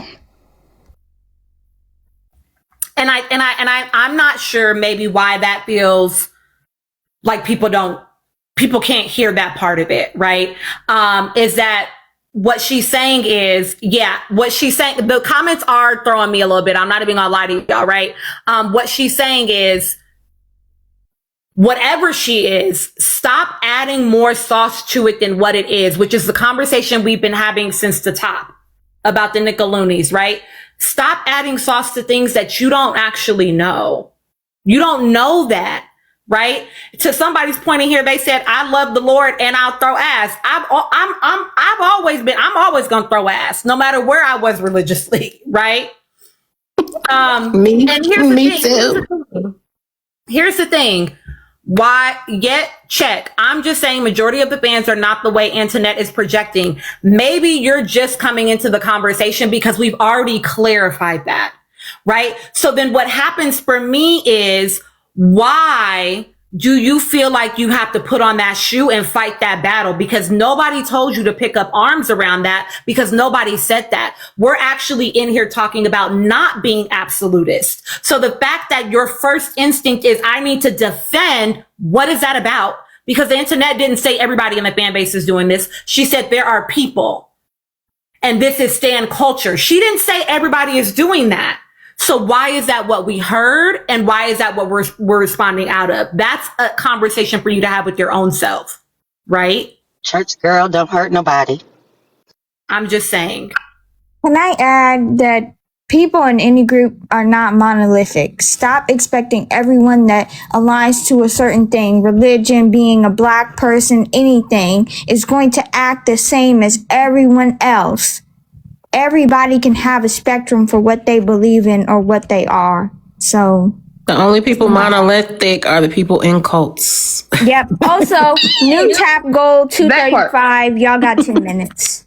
Okay, 235. You think more? No, I'm just asking us. Okay, yeah, 235. 235, 10 minutes. D2 fun. I don't like how the panel gets offended when people don't agree with them. I'm curious why you are perceiving someone offering additional clarity and explanation as defensiveness. Well, I don't think that was the only thing. If I'm going to be fair, there seems to be a lot of people that felt like a lot of what Antoinette was saying was it was hypocritical almost in some of her. Yeah, but what they said explicitly in this comment just now, Nikki, is that they don't like the way people are getting defensive when people don't agree with them. The way it's coming off, why? Tell me why. Why is it coming off that way? What have you experienced in the response that feels like defensiveness? Because what I heard was us saying, okay, that word super might have been triggering. That isn't the intention. And here's additional clarity as to what she's trying to say so that we can be clear as to the point, because people were saying they were confused in the comments and now you're perceiving that as defensiveness. Can I clarify? Because I keep seeing this comment about the live. Specifically, yes, everybody, I know it's TikTok. People do lives. Specifically, just 2 weeks ago, I was on a live. I was just scrolling, and it was like a Nicolandria live. They were actively writing fan fiction. They were role playing, like they were just like coming up with stuff about what the story could be. And at first, I laughed. I'm like, are they being serious? But they kept going, and they had already been on live for like hours. and I left, but like y'all were still on. I think they were on live hours after. What I'm saying is, when you are talking about one thing that long, eventually things get skewed. Eventually you start adding things that aren't there. Eventually that's how other fan bases get involved. Eventually, next you know, there's a Stan Wars. Next thing you know, people are getting clipped and getting mad when they're getting clipped, and there's more Stan Wars. But then like no one wants to be responsible. No one wants to like take ownership of that. They want to be like, oh no, it's just that fan base. It's just on that platform. No, it's all of them. I think what's missing is that are what they do. It are, girl, find it, Nikki. Is what they're doing harmful? I know it can become harmful, and I think that's where a lot of people are getting confused, Antoinette. Honestly, with some of the things that you're saying, because you're saying some of them as in absolutes, which is what we were trying to diverge from, and we have to also be honest.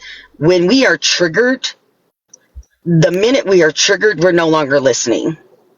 We're no longer listening to understand, because we're in our bodies. We're feeling certain things. So I think that's where it's coming from. It's not that what you were saying, like there's a lot of things that you were saying right, but then there's also a lot of other absolutes, like the fan fiction. I personally have I don't really go into those rooms, so I don't really see them because it doesn't interest me in that way. However, I don't find it harmful unless somebody is giving me a reason to find it harmful. If that makes any sense. That's fair. And I understand that. I would say it became harmful. I feel like we've seen the effects of like overly participating in stan culture by the DT threats to them, people getting doxxed, so many people, commentators, islanders. I think like we've literally watched the consequences of stan culture, not just of Nickelandrians, but of all the stan culture that have come just from this season alone of Love Island. These are the consequences. You have people in creepy group chats, people writing fan fiction that I hope that people, Nick and Landry, have actually read those. I haven't read them myself, but I'm sure they go places. Let's be honest. It's Wattpad, for God's sakes. And it's like, those are the consequences. DT threats, people dogpiling on people online, doxing, like there are actual consequences. So my thing has always been, fine, if you don't understand fan culture, don't participate in it, because you may find yourself seeing things that you are not comfortable with. That's always, since the beginning of the season, since I saw how this fan base had turned, I've always said that. Back up if you need to, detach if you need to, because I'm seeing things that are already that are yellow flags, and then they became red flags, and then we started seeing screenshots of DT threats. Okay, I'm gonna pause this here. And the only reason I'm pausing is because I think that there's a lot of triggered people in the live, right? Somebody already said earlier, right, that even just hearing like Black Southern women and then hearing conversation around that is triggering, because there are people in this live that are Black Southern women, right? And so hearing any sort of narrative around that. Here's the thing, y'all. I guess I just, number one, I'm a fucking therapist. So I'm going to listen to certain pieces of what you're saying to me. But the second thing, right, is like, I'll be on live for fucking hours yapping, right? And I could have taken that as like a shot. That didn't feel like a shot for me. It didn't feel like a stray, because I'm gonna do what I want to do, right? What I hear is like, it's a slippery slope, and to be mindful of it. But I'm going to pause this here, because I don't think that we are going to get anywhere else in this particular conversation at this moment. I think that what we're going to say is like, for some people, exactly, Beatrice, right? Like, so like, I'm just going to say that I don't feel hit. I also understand how it can feel like a hit. And I want us to not, derail the importance of the larger zoomed out macro conversation around, being mindful, because it's a slippery slope and can easily lead us into stan culture, which is dangerous. You don't want to be a Nickelodeon. You want to be a Nickelandrian. Okay. P, please give me your thoughts.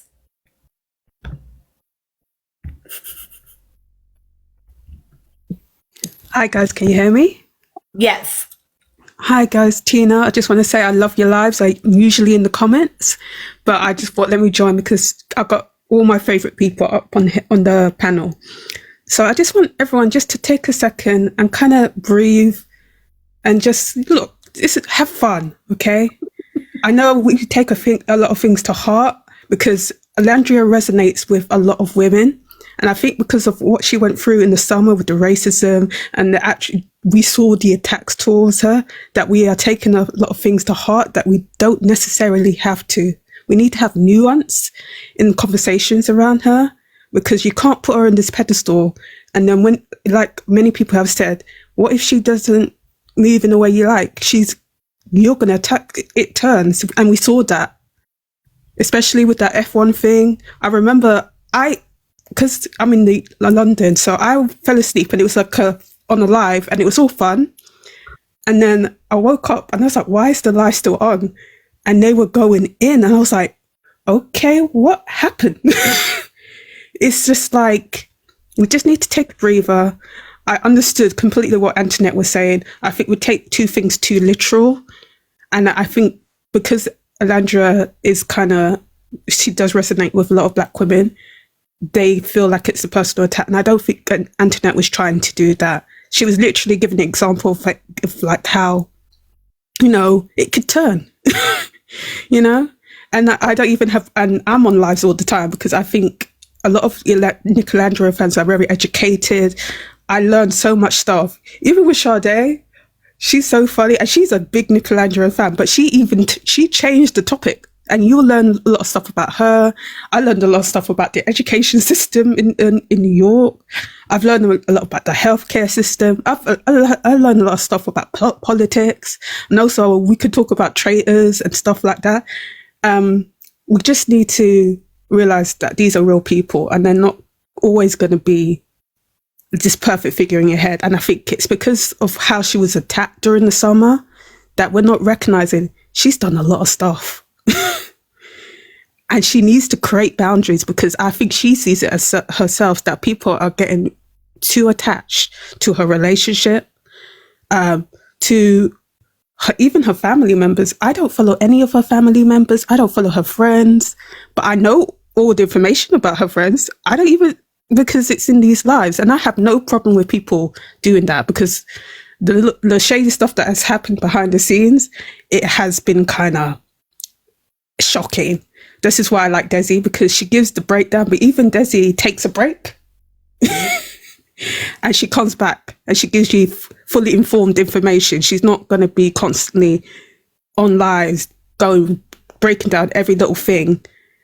But I don't even have a problem with that because, it's all fun and games, but we just need to make sure we're not crossing a line. And maybe sometimes we need to talk about that just to kind of give us a check. Like, hey, slow down, kind of turning into the other fan bases, because I see in other fan bases lives and I'm like, okay, you're racist. they're racist or colorist. And I'm like, okay, I'll just back up because this is not for me. But they're allowed to have their lives. I'm not gonna continually go in there to get myself rage baited by what they're doing. And I think a lot of people are getting rage baited by these troll accounts and not realizing it. But just to say, I'm going to move on to another topic. So Dami and India, I do not care. I was actually a little bit happy because I'm Jamaican, and the things he said, he referred to her as a dishwasher, said he wouldn't marry her because she's Jamaican, he'd just breed her. If you watch Love Island, that she said made the best heartbreaker win, and I was like, you know what? I wasn't mad. I don't think cheating's right, but I'm not gonna be upset that people in their 20s cheated and broke up. It happens. And also, essay in the Black community, especially to boys, is completely ignored because of toxic masculinity and internal homophobia. And it's the fact that it took this bubble guy to talk about his experience of getting his hair done for him to clock, hey, I was abused, is scary. And we see that a lot. Even with Charlemagne, he talks about it so casually, how he was abused as a 10-year-old child and how the woman got away with it. And it's all jokes. We need to stop joking about that stuff, especially when it comes to men, because it's just like, oh, because they feel like, oh, that's how you become a man. That's how in the black community we think black men become a man is when they sleep with someone or have sex. And you see that with Boosie when he had a stripper for his son, who's like a teen. Like, it's this unhealthy mentality about what makes a black man a man. I think Desi says this, we hypersexualize black men, and then we criticize black girls and call them fast if anything happens to them. It's just like, it's such a weird thing. And because in the black community, we don't like to share anything. We keep it in. Especially, I'm Jamaican, we keep everything in. We're not sharing our business. Like, there's certain things that I learned about my grandma after she passed. And I'm like, why didn't I clock that? Because we keep everything in. I think we need to have more discussions about that. And don't make a joke about black boys being essayed. And also on the topic of coercion with Chris, there was a lot of coercion happening from the women, because I think we have to realize a lot of women don't do well with rejection. When it comes to, especially when it comes to like sexual behavior, they don't, or like, telling them, we don't want to have a kiss, or we don't want to do that. Men are allowed to do that, to say no. But I feel like men feel like, if we say no, that's internal homophobia kind of kicks in, like, she may think I'm this or something like that. It's just like, they're allowed to say no. And I think I saw that a lot in the show, and I don't think people recognize that. And I feel like and then the non-black women on there got away with a lot of abuse, emotional abuse, and to all the cast members. And I'm really disgusted how Peacock kind of just edited that out. Well, they brought Colton. I used to watch The Bachelor, and that man stalked and harassed his last girlfriend, and he's still on TV. I don't care. I know he came out as gay and he was dealing with something, but he's still a horrible person. And I've said this in the comment. He's gay, but he can still be white. He's white, racist. He's not a nice person. And also he's boring. So I don't actually know why he's on Traitors. Every time I see him in that cardigan, I'm like, what the heck? Why is he here? He doesn't offer anything. Like, he's attacking anyone. At least with Candace, she's like, you see her planning, and she's able to get into, get people's trust. And it's like, oh gosh, she's so good at this game. Even with, what's the white guy with the snake tattoo? I keep forgetting his name. Rob. He's getting away with it because of his looks, and half of the cast in there is attracted to him. But he actually isn't doing anything. He's just very nonchalant, which is a good gameplay sometimes. But like, he's not doing anything. Candace is doing all the hard work. I love it. I agree. Someone just said in the comments, and I love this because someone kind of said this earlier. Someone just said, our girl Ola is just a girl at the end of the day. That was Reedy that said it. And I appreciate that point, because someone else was saying earlier about parents, right? How you grow up and then you realize your parents weren't perfect. Like, they were just humans. Like, they're just figuring things out. Now, don't misunderstand me. I'm not excusing piss poor parenting behavior. I'm just saying that you grow up and you begin to humanize your parents in a way that you didn't really understand how to do maybe when you were a kid, right? Because they have the authority, they have the power, whatever the reasoning may be as to why that was hard for you. And really, the request that I have been making, and again, I'm going to reiterate one more time that I'm talking about fringes, is that I'm anti just a girl. I'm not just a girl. I'm not talking about that. I'm just saying that they are humans. They're just regular ass fucking people. Okay. I'm asking y'all to pay attention to the fringes that don't let that be true, is what I'm saying to you. Pay attention to the fringes that do not allow that to be true, because those are the same people that will shit on them as soon as their humanity shows up, or that if a person was to ever have bad politics, would simply support their rights and their wrongs, which y'all know I don't fuck with. And that's exactly why, what am I about to say? We are where we are as a country, as Nikki pointed out. You cannot stick your head in the sand. You have to keep your wits about you. Okay? Let people be humans. You can love people in their humanity. In fact, I think it is the most loving thing that you can do. A little self-disclosure.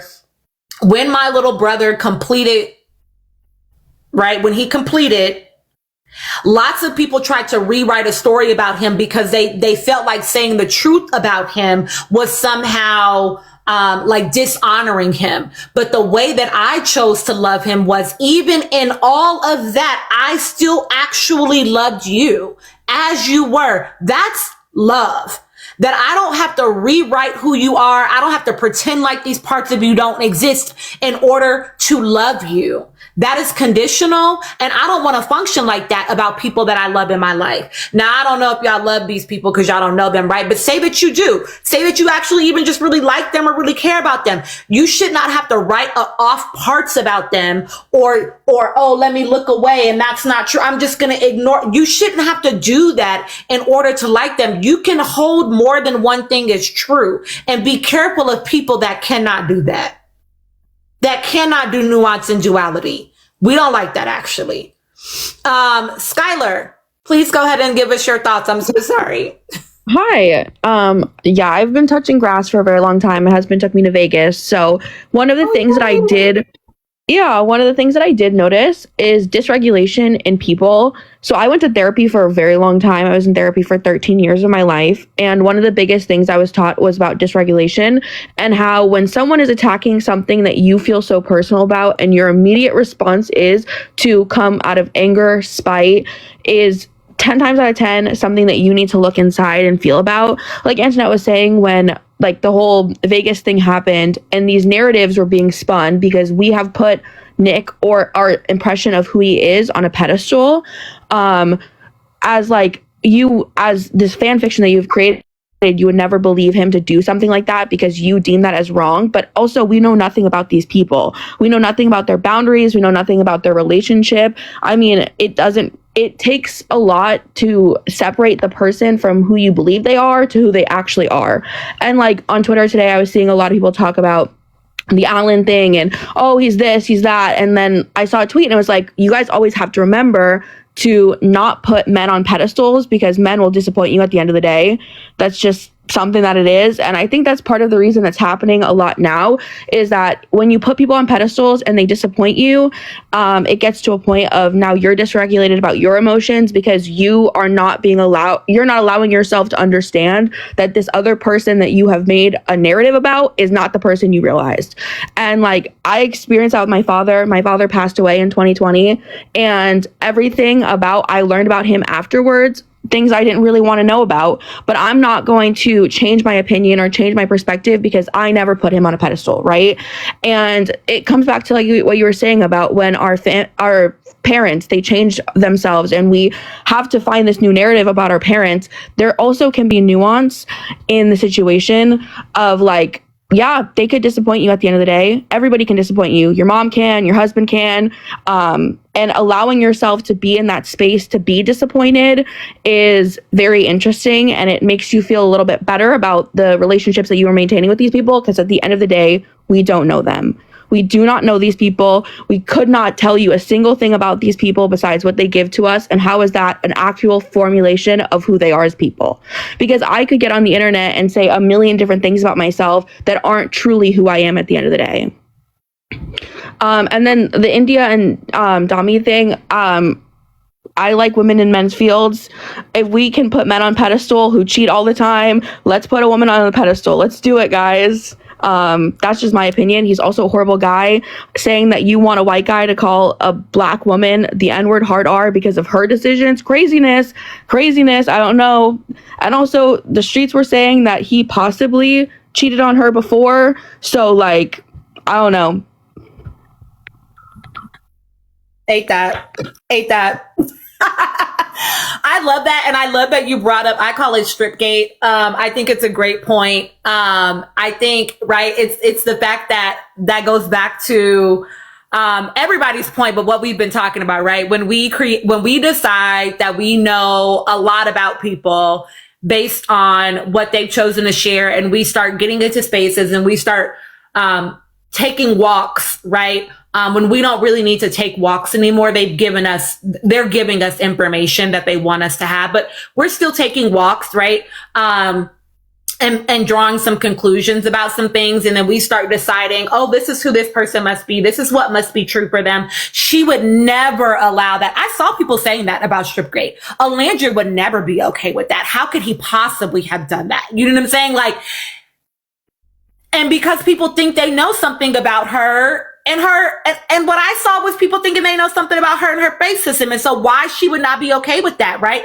People made a lot of presumptions when, to Skylar's point, we have no idea what their boundaries are. We have no idea the conversations we have. We don't know those things, right? And so to have the level of outrage that some people had around it and all the discourse that some people had around it because they decided, well, I know these 4 things about them. And so these other 2 things must be true. It was a lot. It was a lot to watch. And I know that someone said, and I think that this is fair, right? I know someone said that they're tired of only seeing one fan base be policed. To be perfectly honest, I don't engage with any other fan base. I don't respect any other fan base. If I'm honest, anybody that's been in my lives knows that about me, right? That I'm like, I actually, the Shalacers are too overrun with Shaloozers. Honda Civics fans, unwell people, right? I respect Nicolandrians, right? I respect Nicolandrians, which is the only reason why I'm like, hey, y'all. And I've had this conversation with Nicolandrians a couple of times, like when they were doing the infighting.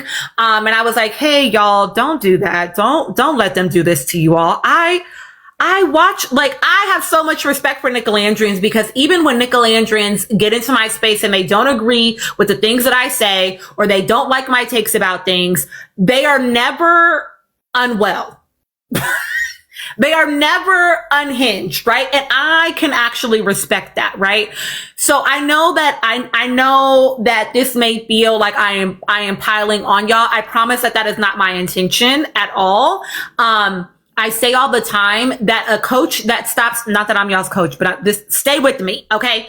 A coach that stops giving feedback to a player, it's because that coach does not believe that player has any fucking potential. They don't think you're going nowhere, baby. Okay, if you have sports, if you grown up playing sports, you know that it's the truth, right? So the only reason I say anything to Nicolandrians at all ever is because I actually do think that you all are dope ass people, and that y'all actually have the capacity and the intellect and the range to take in a lot of the things, right? And so that's why I like to have these conversations with y'all, because I actually do feel like you all can take something from it. I would never have conversations with certain people, right? I've invited, like Shalacers up here before, right? And I've had a conversation with the Shalacer before, right? That is few and far between that is what I encounter from that fan base. I have some people in here that are fans of those people that engage just fine over here. But I understand that is very few and far between, right? And so I talk to the people that I know have sense. Yes, Kimberly. Oh my gosh. No, I'm just kidding. I do actually like Nicolandrians, and I said that before. Anna, tell me what you mean by that. But I've said that before, that like I actually, because I think if you engage with my content, Anna, that people know that I've actually said some strong things about Nick as well. And I've said some softer, to be fair, things about Alandria. And I don't really say anything about Michelle. But even when I have, it's been soft. So I'm going to give you an opportunity to clear that up. Kulani Kafir, who are you talking about? Are you talking about me? Are you talking about me? I want to just be clear. I know my panelists want to go, but I need to be clear. I need you and Anna to clear it up quickly. Kulani's has been getting a little buck in the comments, I've noticed, so I'd like clarification too. I would, because I also want to be clear, I never compared Nick Alandris to MAGA. If that's what you were saying, I'm saying that there were people who were trying to call Nick and Alandria themselves MAGA, and people who were also fighting that, with neither having information to fight either. I think they're talking about me and I don't think Gigi's they're talking about you. nickname. I think they're talking about me, and I need them to clear up their stance and quickly. Hi, Anika. Right now, I'm waiting on clarity, Anika, and then we will get back to what we're talking about. If they were talking about my nickname, I said what I said. Well, I don't think they are. I want them to clarify. You don't have nothing to say now. You was just in here yapping, so I want you to clear it up.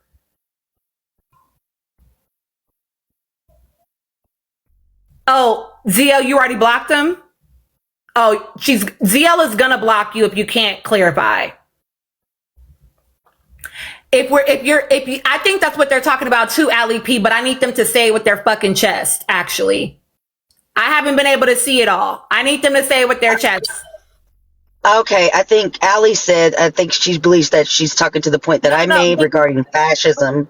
I think they are too. I want everybody on my panel right now to hold it. Because I can explain it. Nope, I don't want you to explain it. I want them to explain themselves. They're right there. They said, yes, you, but you who? Maybe you, Tina. I don't know.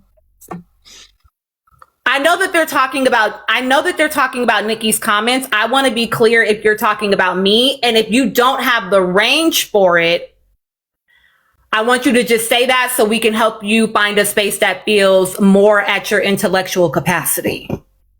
Don't go mute now. You had so much to say this whole time. I think that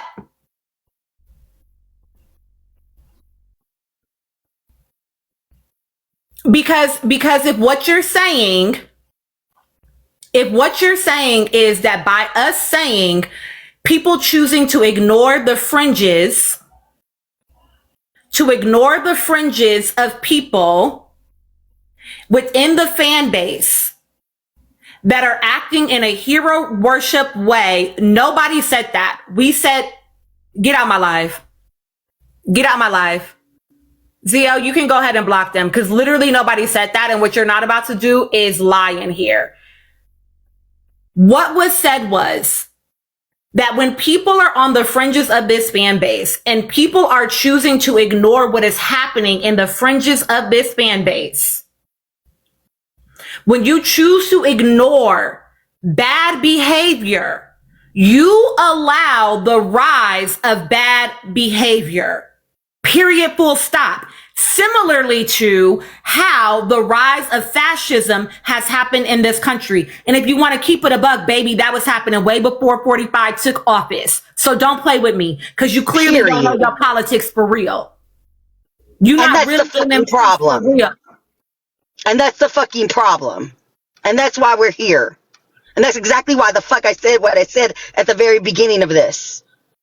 If you are not recognizing how you are moving within this fandom, and it's not clocking to you what is happening in the real world and what's happening right now, then you have not been paying attention and you are repeating the cycle within the fandom that you are literally talking about while you're at the same time talking about how we need to,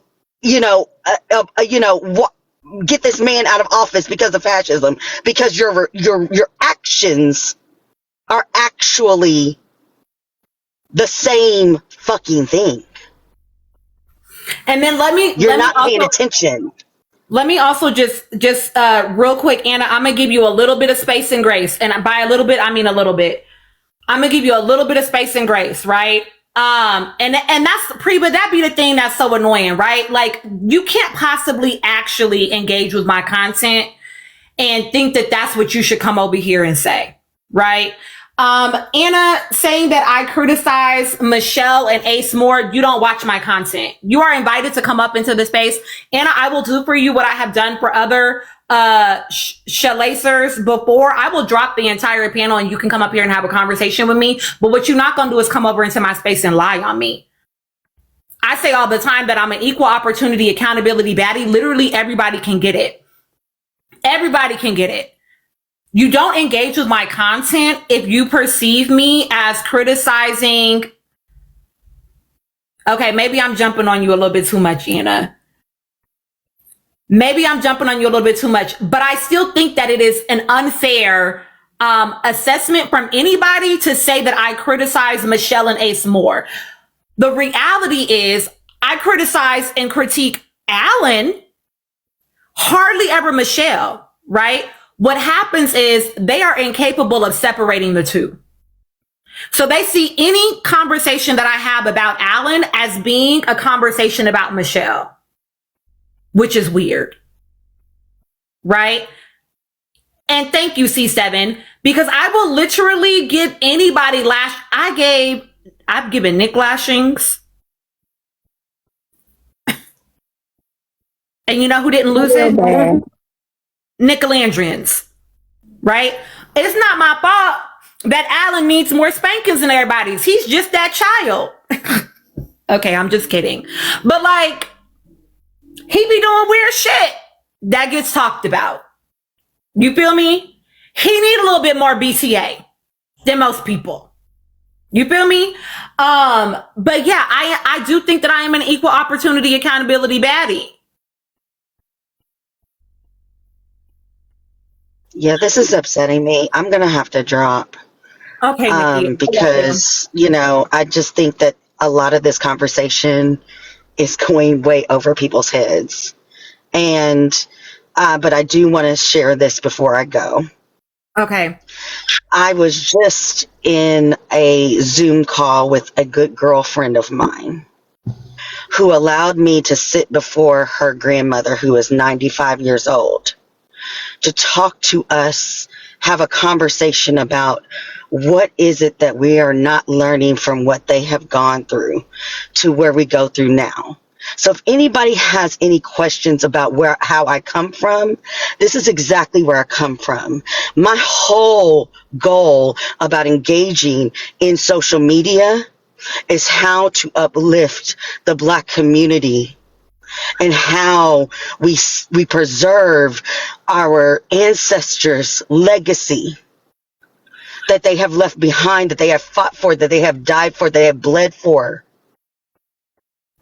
That is my only goal here, is to make sure we are not being put in positions to where we have lost what has been sacrificed for us to be here.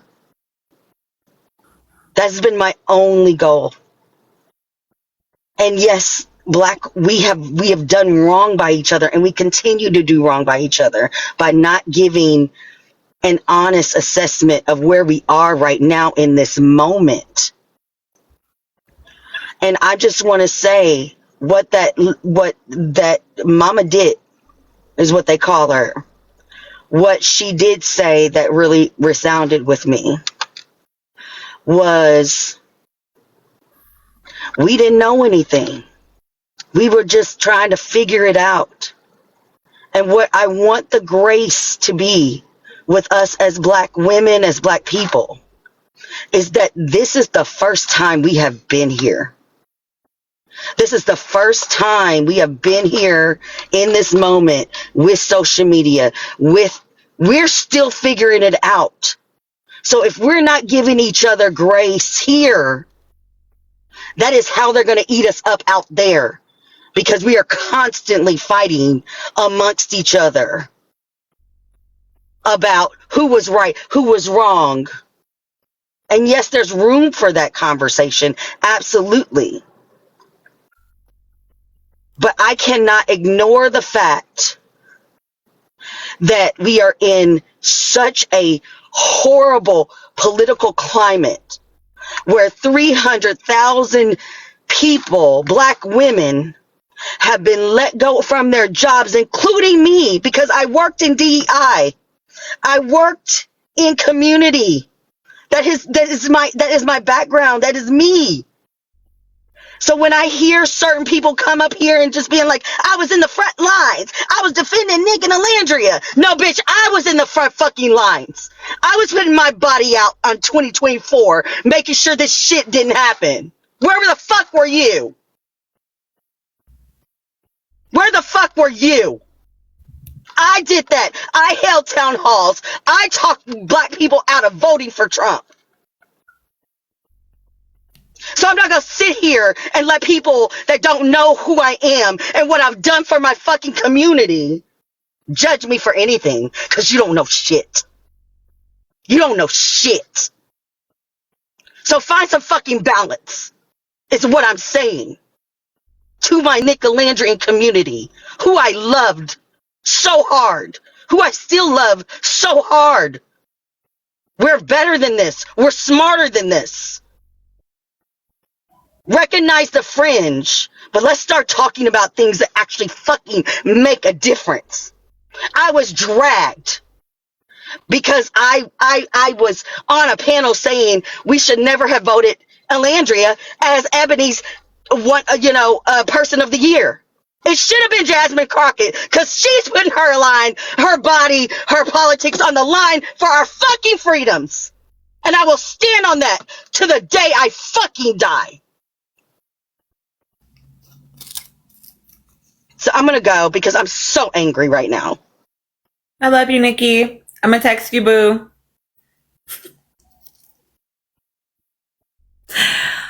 Listen, y'all. Sheesh. Y'all getting triggered again. I'm sorry. What the heck? I love y'all down. It really do be that deep, y'all. Like I if you've come in my lives from the very beginning, then you know good and well that I've always, even when we have a little kiki, right? I've always been like, and here's how it applies to the bigger picture. I've always done that, which is why people have liked being in my life. It's how I grew my audience to begin with. She didn't say she was, don't, D2 Fun, I know you're not trying to make me mad, but it's intense in here tonight. I know you're not. But that's not what she said. That's not what she said. That's not what she said. What she said was she got dragged for saying she didn't think that was what the fandom should have been rallying around. That's it. She didn't say that. So I'm trying to regulate myself, right? But that's not what she said, right? But it actually is that deep. So yes, we're having a little kiki, we're having a little moment. And she had an opinion about that. And people are allowed to have an opinion without feeling like you're going to get attacked by the fandom and told, well, you're not a great fan. You're not actually a real Nicolandrian. You're not a real, and that's the fringe that we've been talking about the whole time. That people were in my comments tonight being like, well, I just don't feel like we should be policing people. Actually, we fucking should. We actually should not allow certain behavior to just be okay. Actually. Right? We actually should not normalize people saying, well, you can't, you just must hate Alandria now because you have this opinion that's different than what I thought, than what the fandom in general. Like, that's ridiculous. You're acting like Nickeloonies, okay? Stop doing that. Be Nicolandrians. Sorry, Tina, just to interrupt. Can I just say something? Yeah. Just to put myself in the fire. I didn't vote. I haven't voted for a lot of these stuff because I know that people will vote for her. It's not that deep. People are allowed to have different opinions. Like, I've seen people, I'm like, it ain't that deep. And I think people are latching onto one section of a statement and not actually fully listening to what people are saying. So I feel like people just listen to the whole statement. Nikki was just literally saying, hey, I didn't really agree with, she wanted Jasmine Crockett, and I completely understand that because of how the political world has been in America. It's scary, and Jasmine Crockett has put herself on the line constantly, being attacked by even black people for what she's doing. Constantly attacked. Even now, there's two comedians saying, oh, we shouldn't support Jasmine Crockett because she's too out there. What does that mean? Yeah, I didn't even care to learn their names. Yeah, no, I'm gonna pause us, y'all, and I'm probably gonna wrap us soon because I know y'all are not trying to, but y'all are kind of pissing me off in the comments. I'm reading a comment right now that says, agree to disagree on this one. She deserves every good thing happening to her. That's that shit. Absolutely. That's that shit that annoys me because nobody fucking said she didn't. Nobody fucking said that she didn't. Why are you all drawing conclusions and arguing against things that nobody said? This is stan culture. You're in here battling against something that nobody fucking said. Nobody said that. And I wasn't mad that she won. I just think because because I'm British, I don't feel the need to be voting in certain things. That Ebony is not something that I'm familiar. I know of it because I'm black, but it's not something I feel like I should be voting on because I'm not in America. But I can understand people wanting to vote for Jasmine Crockett, and there was a lot of Nicolandrians who were split, and I feel like people are forgetting that people were like, oh yeah, I will vote for her and I will vote for Jasmine Crockett. People are allowed to be like, hey, I kind of like this person as well. Nicole, the reason why the comment is making me upset is because nobody fucking said that. It's making me upset because nobody said that she didn't. And it's getting weird. But see, this is the same person that was saying earlier in my comments to Antoinette that actually makes me want to stand harder to defend her. Defend her against what, baby? This is the shit we're talking about. Defend her against what? Nobody said Alandria didn't deserve that award and she's the worst. Nobody fucking said that. So what are you defending her against? And that's what annoys me. What annoys me is stupidity. I just have to be honest. I don't know how you all are drawing some of the conclusions that you're drawing, and that irritates me. Honestly, it really does, because I don't like when people twist things and put presumptions onto things that people said when literally in 4K we all just heard what she said, and that wasn't what she said. So for you to twist it, that actually does annoy me. That annoys me because Nikki didn't say that. Nikki didn't say that.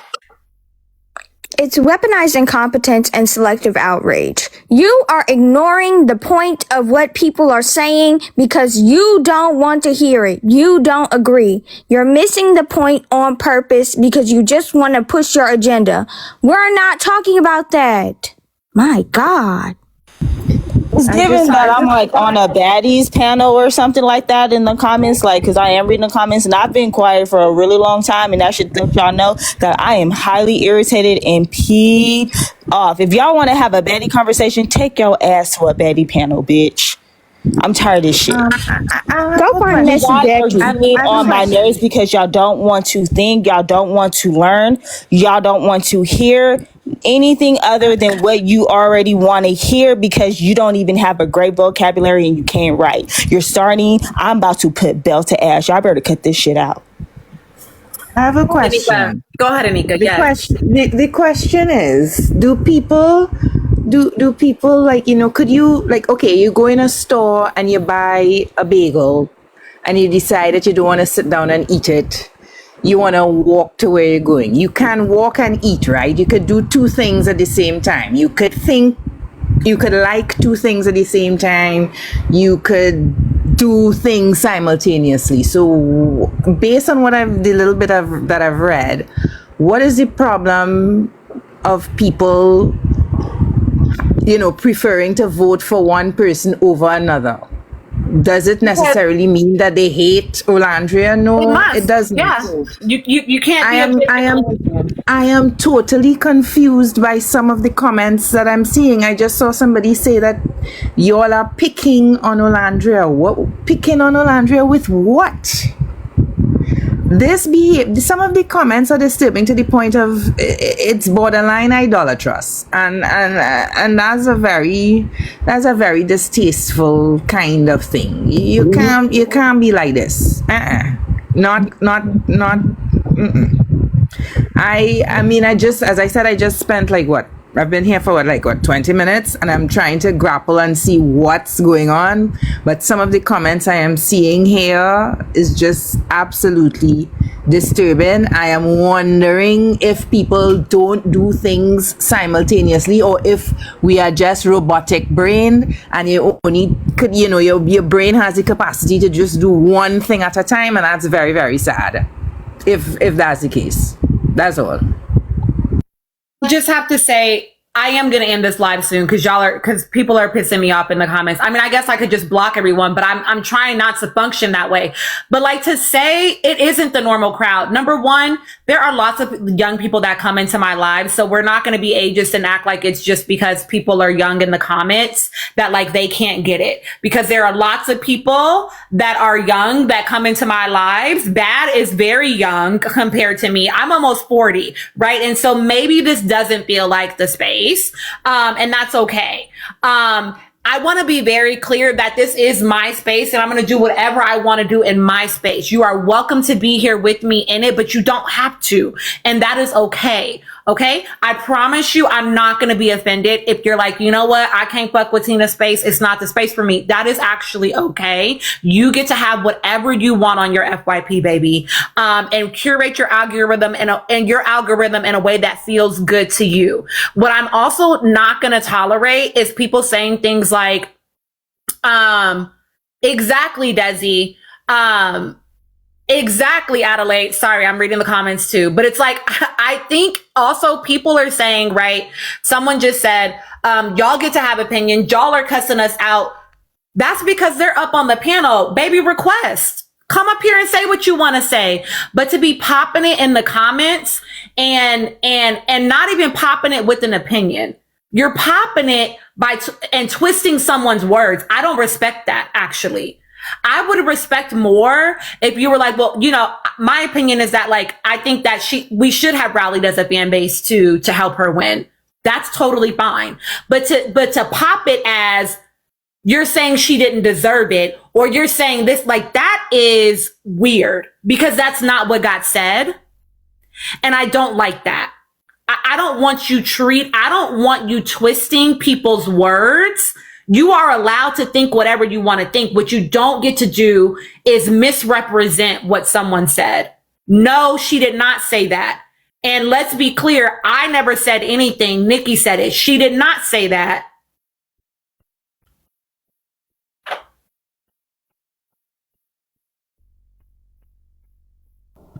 Can I quickly say something? I don't know if I should jump, because I feel like D2 Fun and Chris have been shaking their ass in the comments, so maybe they might need the space to speak.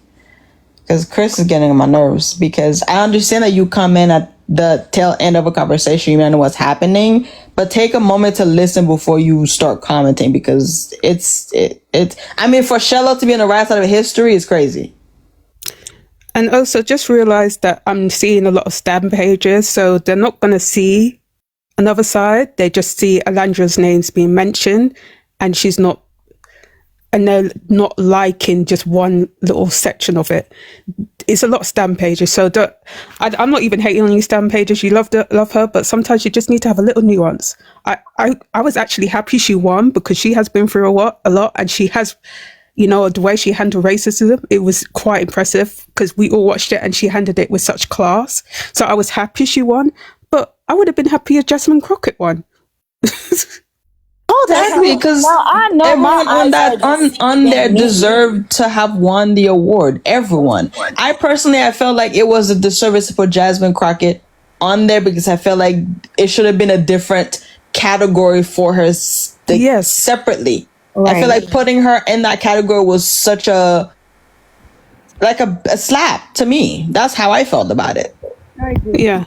But And I it feel kind of like to makes not sense. feel like she doesn't deserve it because Olandria won it is like, it's just, people are weird tonight. I don't know. Maybe it's a full moon somewhere. Yeah. I'll None say of this should be this deep. right. So everyone take a breather. Everyone in the comments. Everyone loves Alandra on this live. Let's just be real. Bro, I'm sitting here seeing my girl Love Island Mama, and I'm like, sis, I know you ain't in here playing. I know you're not gonna do this. I know this is not what. Girl, are you for real right now? We're gonna. I'm gonna go. I'm gonna go. I love you, Tina. I gotta go, y'all. I gotta go. I'm gonna go off the panel as well. I can't. I love Sorry. y'all down. And I have always said that one thing that I really love about Nicolandria's fan base is that y'all have good sense, and y'all are in here acting like I have attracted all the Nickeloonies, and y'all gotta go. Y'all gotta get the fuck. I love y'all down. But I cannot in the comments. The amount of people that I need to go through and block at this point is crazy. I love you, Internet. I love you, Bad. I love you, Anika. I love you, Tata, Stars Journal, Seventh Letter. All my loyal folks in here that know how to use their whole brains. I love y'all down. It's too much confusion. I know, Pedro. I know y'all do. I know y'all do. I can't have nothing nice. Can't have nothing nice. That's all I can say. It's Love a lot you, of Tina. people Love everybody confused else. about. Is it gotta because go it's to 1 sleep. a.m.? Y'all gave me a I migraine. don't know. It might be the 3-day weekend and people don't have to work. Oh, that's true. The kids. They I mean, don't let's not be have to- ageist. Let's not be get ageist. up. Good night, y'all. They need to go Bye, to work. Tina. Bye. Touch grass and go to work.